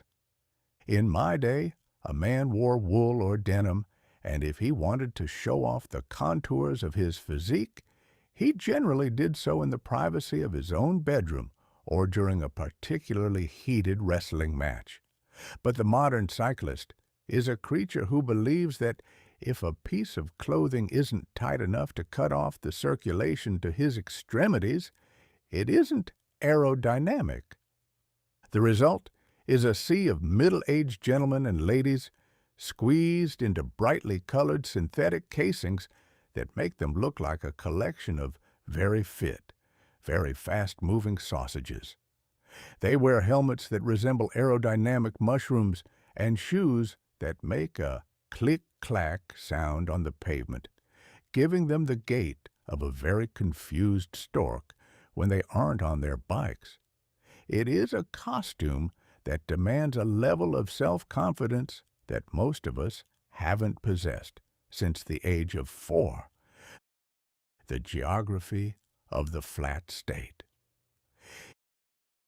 In Chapter 1, I spoke of the glaciers flattening Iowa into a perfect horizontal paradise. I would like to take this opportunity to apologize to the cyclists. You see, Iowa is flat only to a person who is looking at a map or driving a Cadillac with a powerful engine, to a person who is powering a machine with nothing but his own quadriceps and a lingering sense of regret. Iowa is a series of rolling hills. A rolling hill is a geographical lie. It is a slope that goes up for 3 miles, followed by a descent that lasts for 12 seconds, followed by another slope that goes up for 4 miles. By the 3rd day, the cyclist begins to suspect that the glaciers were actually quite lazy and left all the bumps in the middle of the state just to spite him. The heat doesn't help. The Iowa sun in July is a vengeful deity. It beats down on the asphalt until the air shimmers with the ghosts of fried grease, and the humidity is so thick you can practically use it as a lubricant for your chain. The gastronomy of the road. If the ragbri rider is a machine, his fuel is not energy gels or electrolyte drinks, though those are sold in abundance by people with white teeth and neon shirts. No, the true fuel of ragbri is pie and pork. The ride passes through half a dozen small towns every day. These towns, which spend the other 51 weeks of the year in a state of quiet, dignified slumber, suddenly explode into a frenzy of commerce. Every church basement becomes a pie headquarters. Every fire station becomes a pork chop emporium. I have seen a man who has just pedaled 50 miles in 90-degree heat sit down and consume a slice of sour cream raisin pie, a pork chop on a stick, and a corn on the cob, and then get back on his bike and ride another 30 miles. It is a feat of digestion that would have baffled the ancient Romans. The most famous of these stops is Mr. Pork Chop, a gentleman who stands over a charcoal grill the size of a locomotive, shouting, "Chop, chop, chop," as he hands out thick, juicy slabs of Iowa gold to a never-ending line of hungry travelers. The narrator reflects that this is the true communion of the state, the point where the urban rider and the rural farmer meet over a shared appreciation for charred meat and the smell of wood smoke. The social dynamics of the kibo. Because 10,000 people are moving across the state, they must eventually sleep. They don't stay in hotels. There aren't enough hotels in all of Iowa to hold this many people, unless they all decided to sleep 3 to a bathtub. Instead, they sleep in tents. Every host town becomes a tent city overnight. People pitch their nylon shelters in city parks, on school football fields, and in the backyards of generous locals who have decided that having 5 strangers sleeping under their apple tree is a fine way to spend a Tuesday.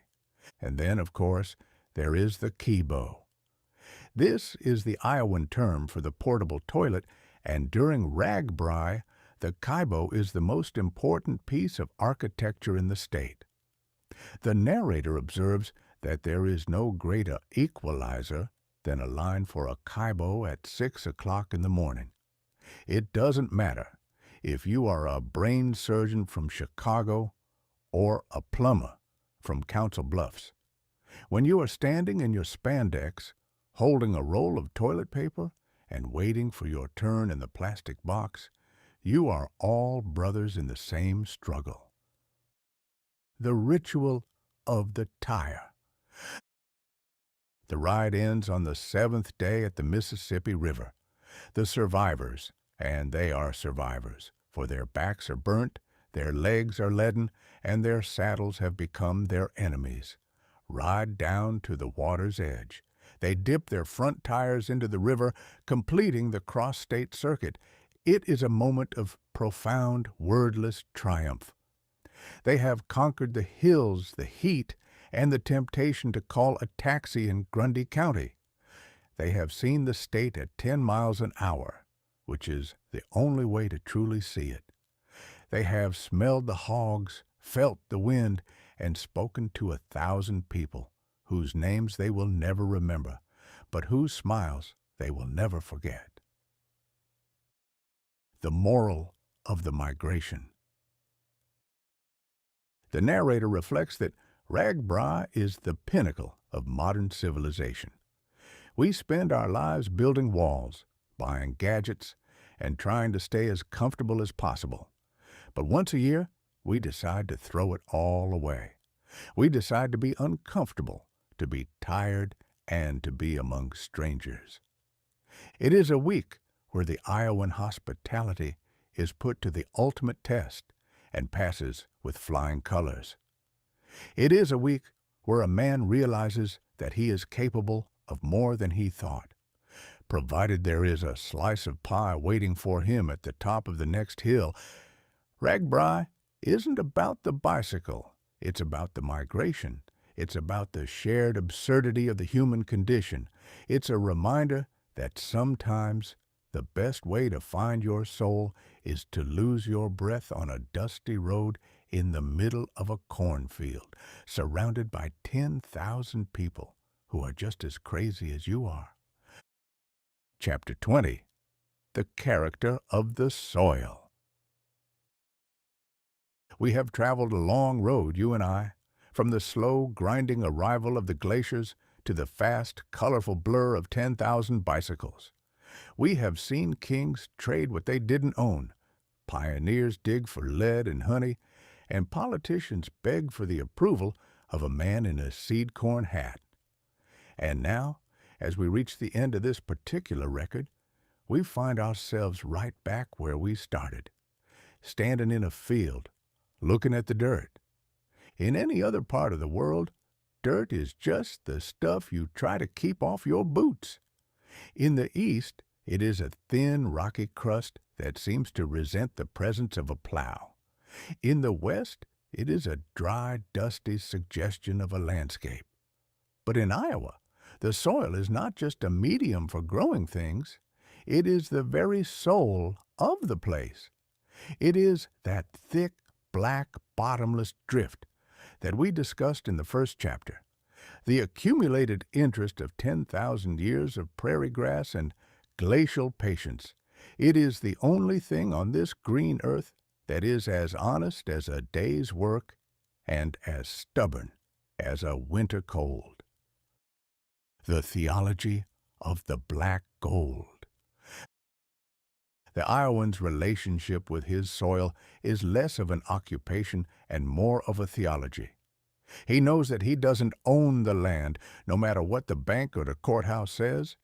He is merely the current tenant, a temporary guardian of 1 billion tons of ancient fertility. He treats the soil with a mixture of reverence and suspicion, like a man who has married a woman far more beautiful and complicated than he deserves. I have seen an Iowa farmer pick up a handful of that black earth, crumble it between his fingers, and smell it with a look of profound concentration. He isn't just checking for moisture. He is listening to the pulse of the planet.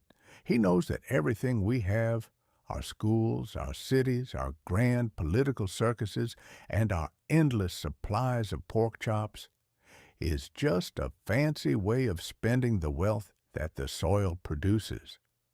Civilization in Iowa is just a thin, temporary crust over a very deep and very busy pile of manure and ambition. The unfussy inhabitant. The character of the soil has, over the centuries, seeped into the character of the people. An Iowan is, by definition, unfussy. Now, unfussy is a quality that is often mistaken for simple by people who live in places where style is considered more important than substance. A man from New York or Chicago might look at an Iowan and see a person who wears the same coat for 20 years and thinks that a fancy dinner is one where the napkins aren't made of paper. But the Iowan isn't simple. He is intentional. He spends his life dealing with realities that don't care about his opinions. You cannot argue with a hailstorm. You cannot charm a drought. You cannot use branding or synergy to convince a sow to produce a larger litter. This leads to a certain economy of personality. An Iowan doesn't trust a man who talks too fast or a man who uses 3 words when one "yep" will do, or a man whose boots are too clean. He knows that if a man has time to polish his shoes to a mirror finish, he isn't spending enough time in the places where the real work gets done. The Iowa nice tactical maneuver. There is much talk in the modern world about Iowa nice. People from the coasts come here and are terrified by the fact that total strangers will look them in the eye and say, "Good morning." They assume it is a sign of naive friendliness, or perhaps a clever trap. The narrator observes that Iowa nice is not a weakness. It is a survival strategy. It is the realization that in a land where the weather can turn your world upside down in 20 minutes, you had better be on good terms with the fellow who owns the tractor down the road.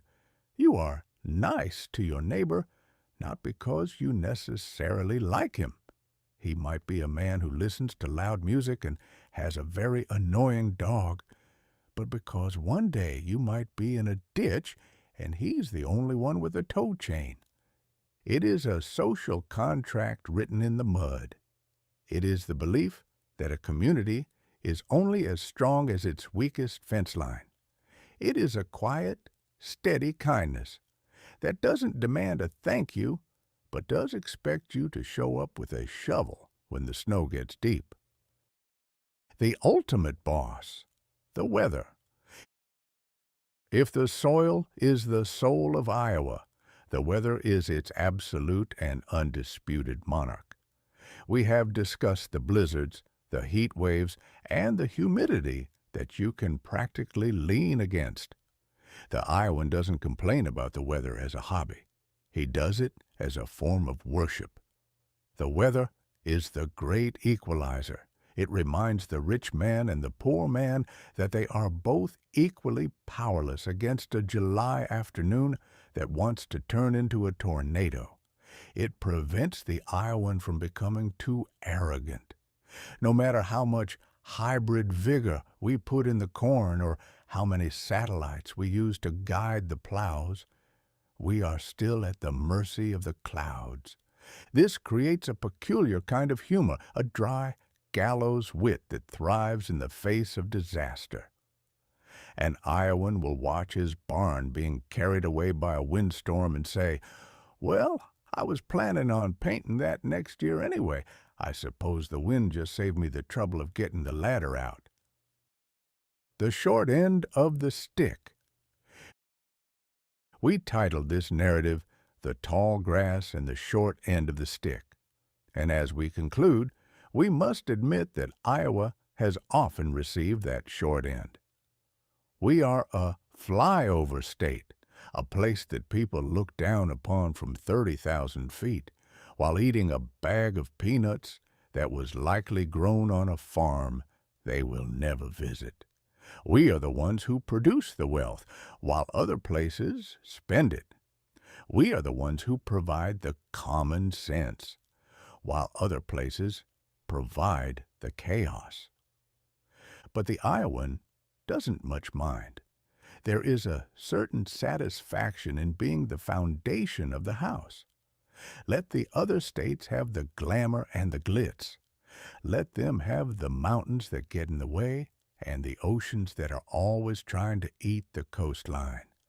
Iowa will stay right here, in the middle of it all, keeping its feet in the black dirt and its eye on the horizon.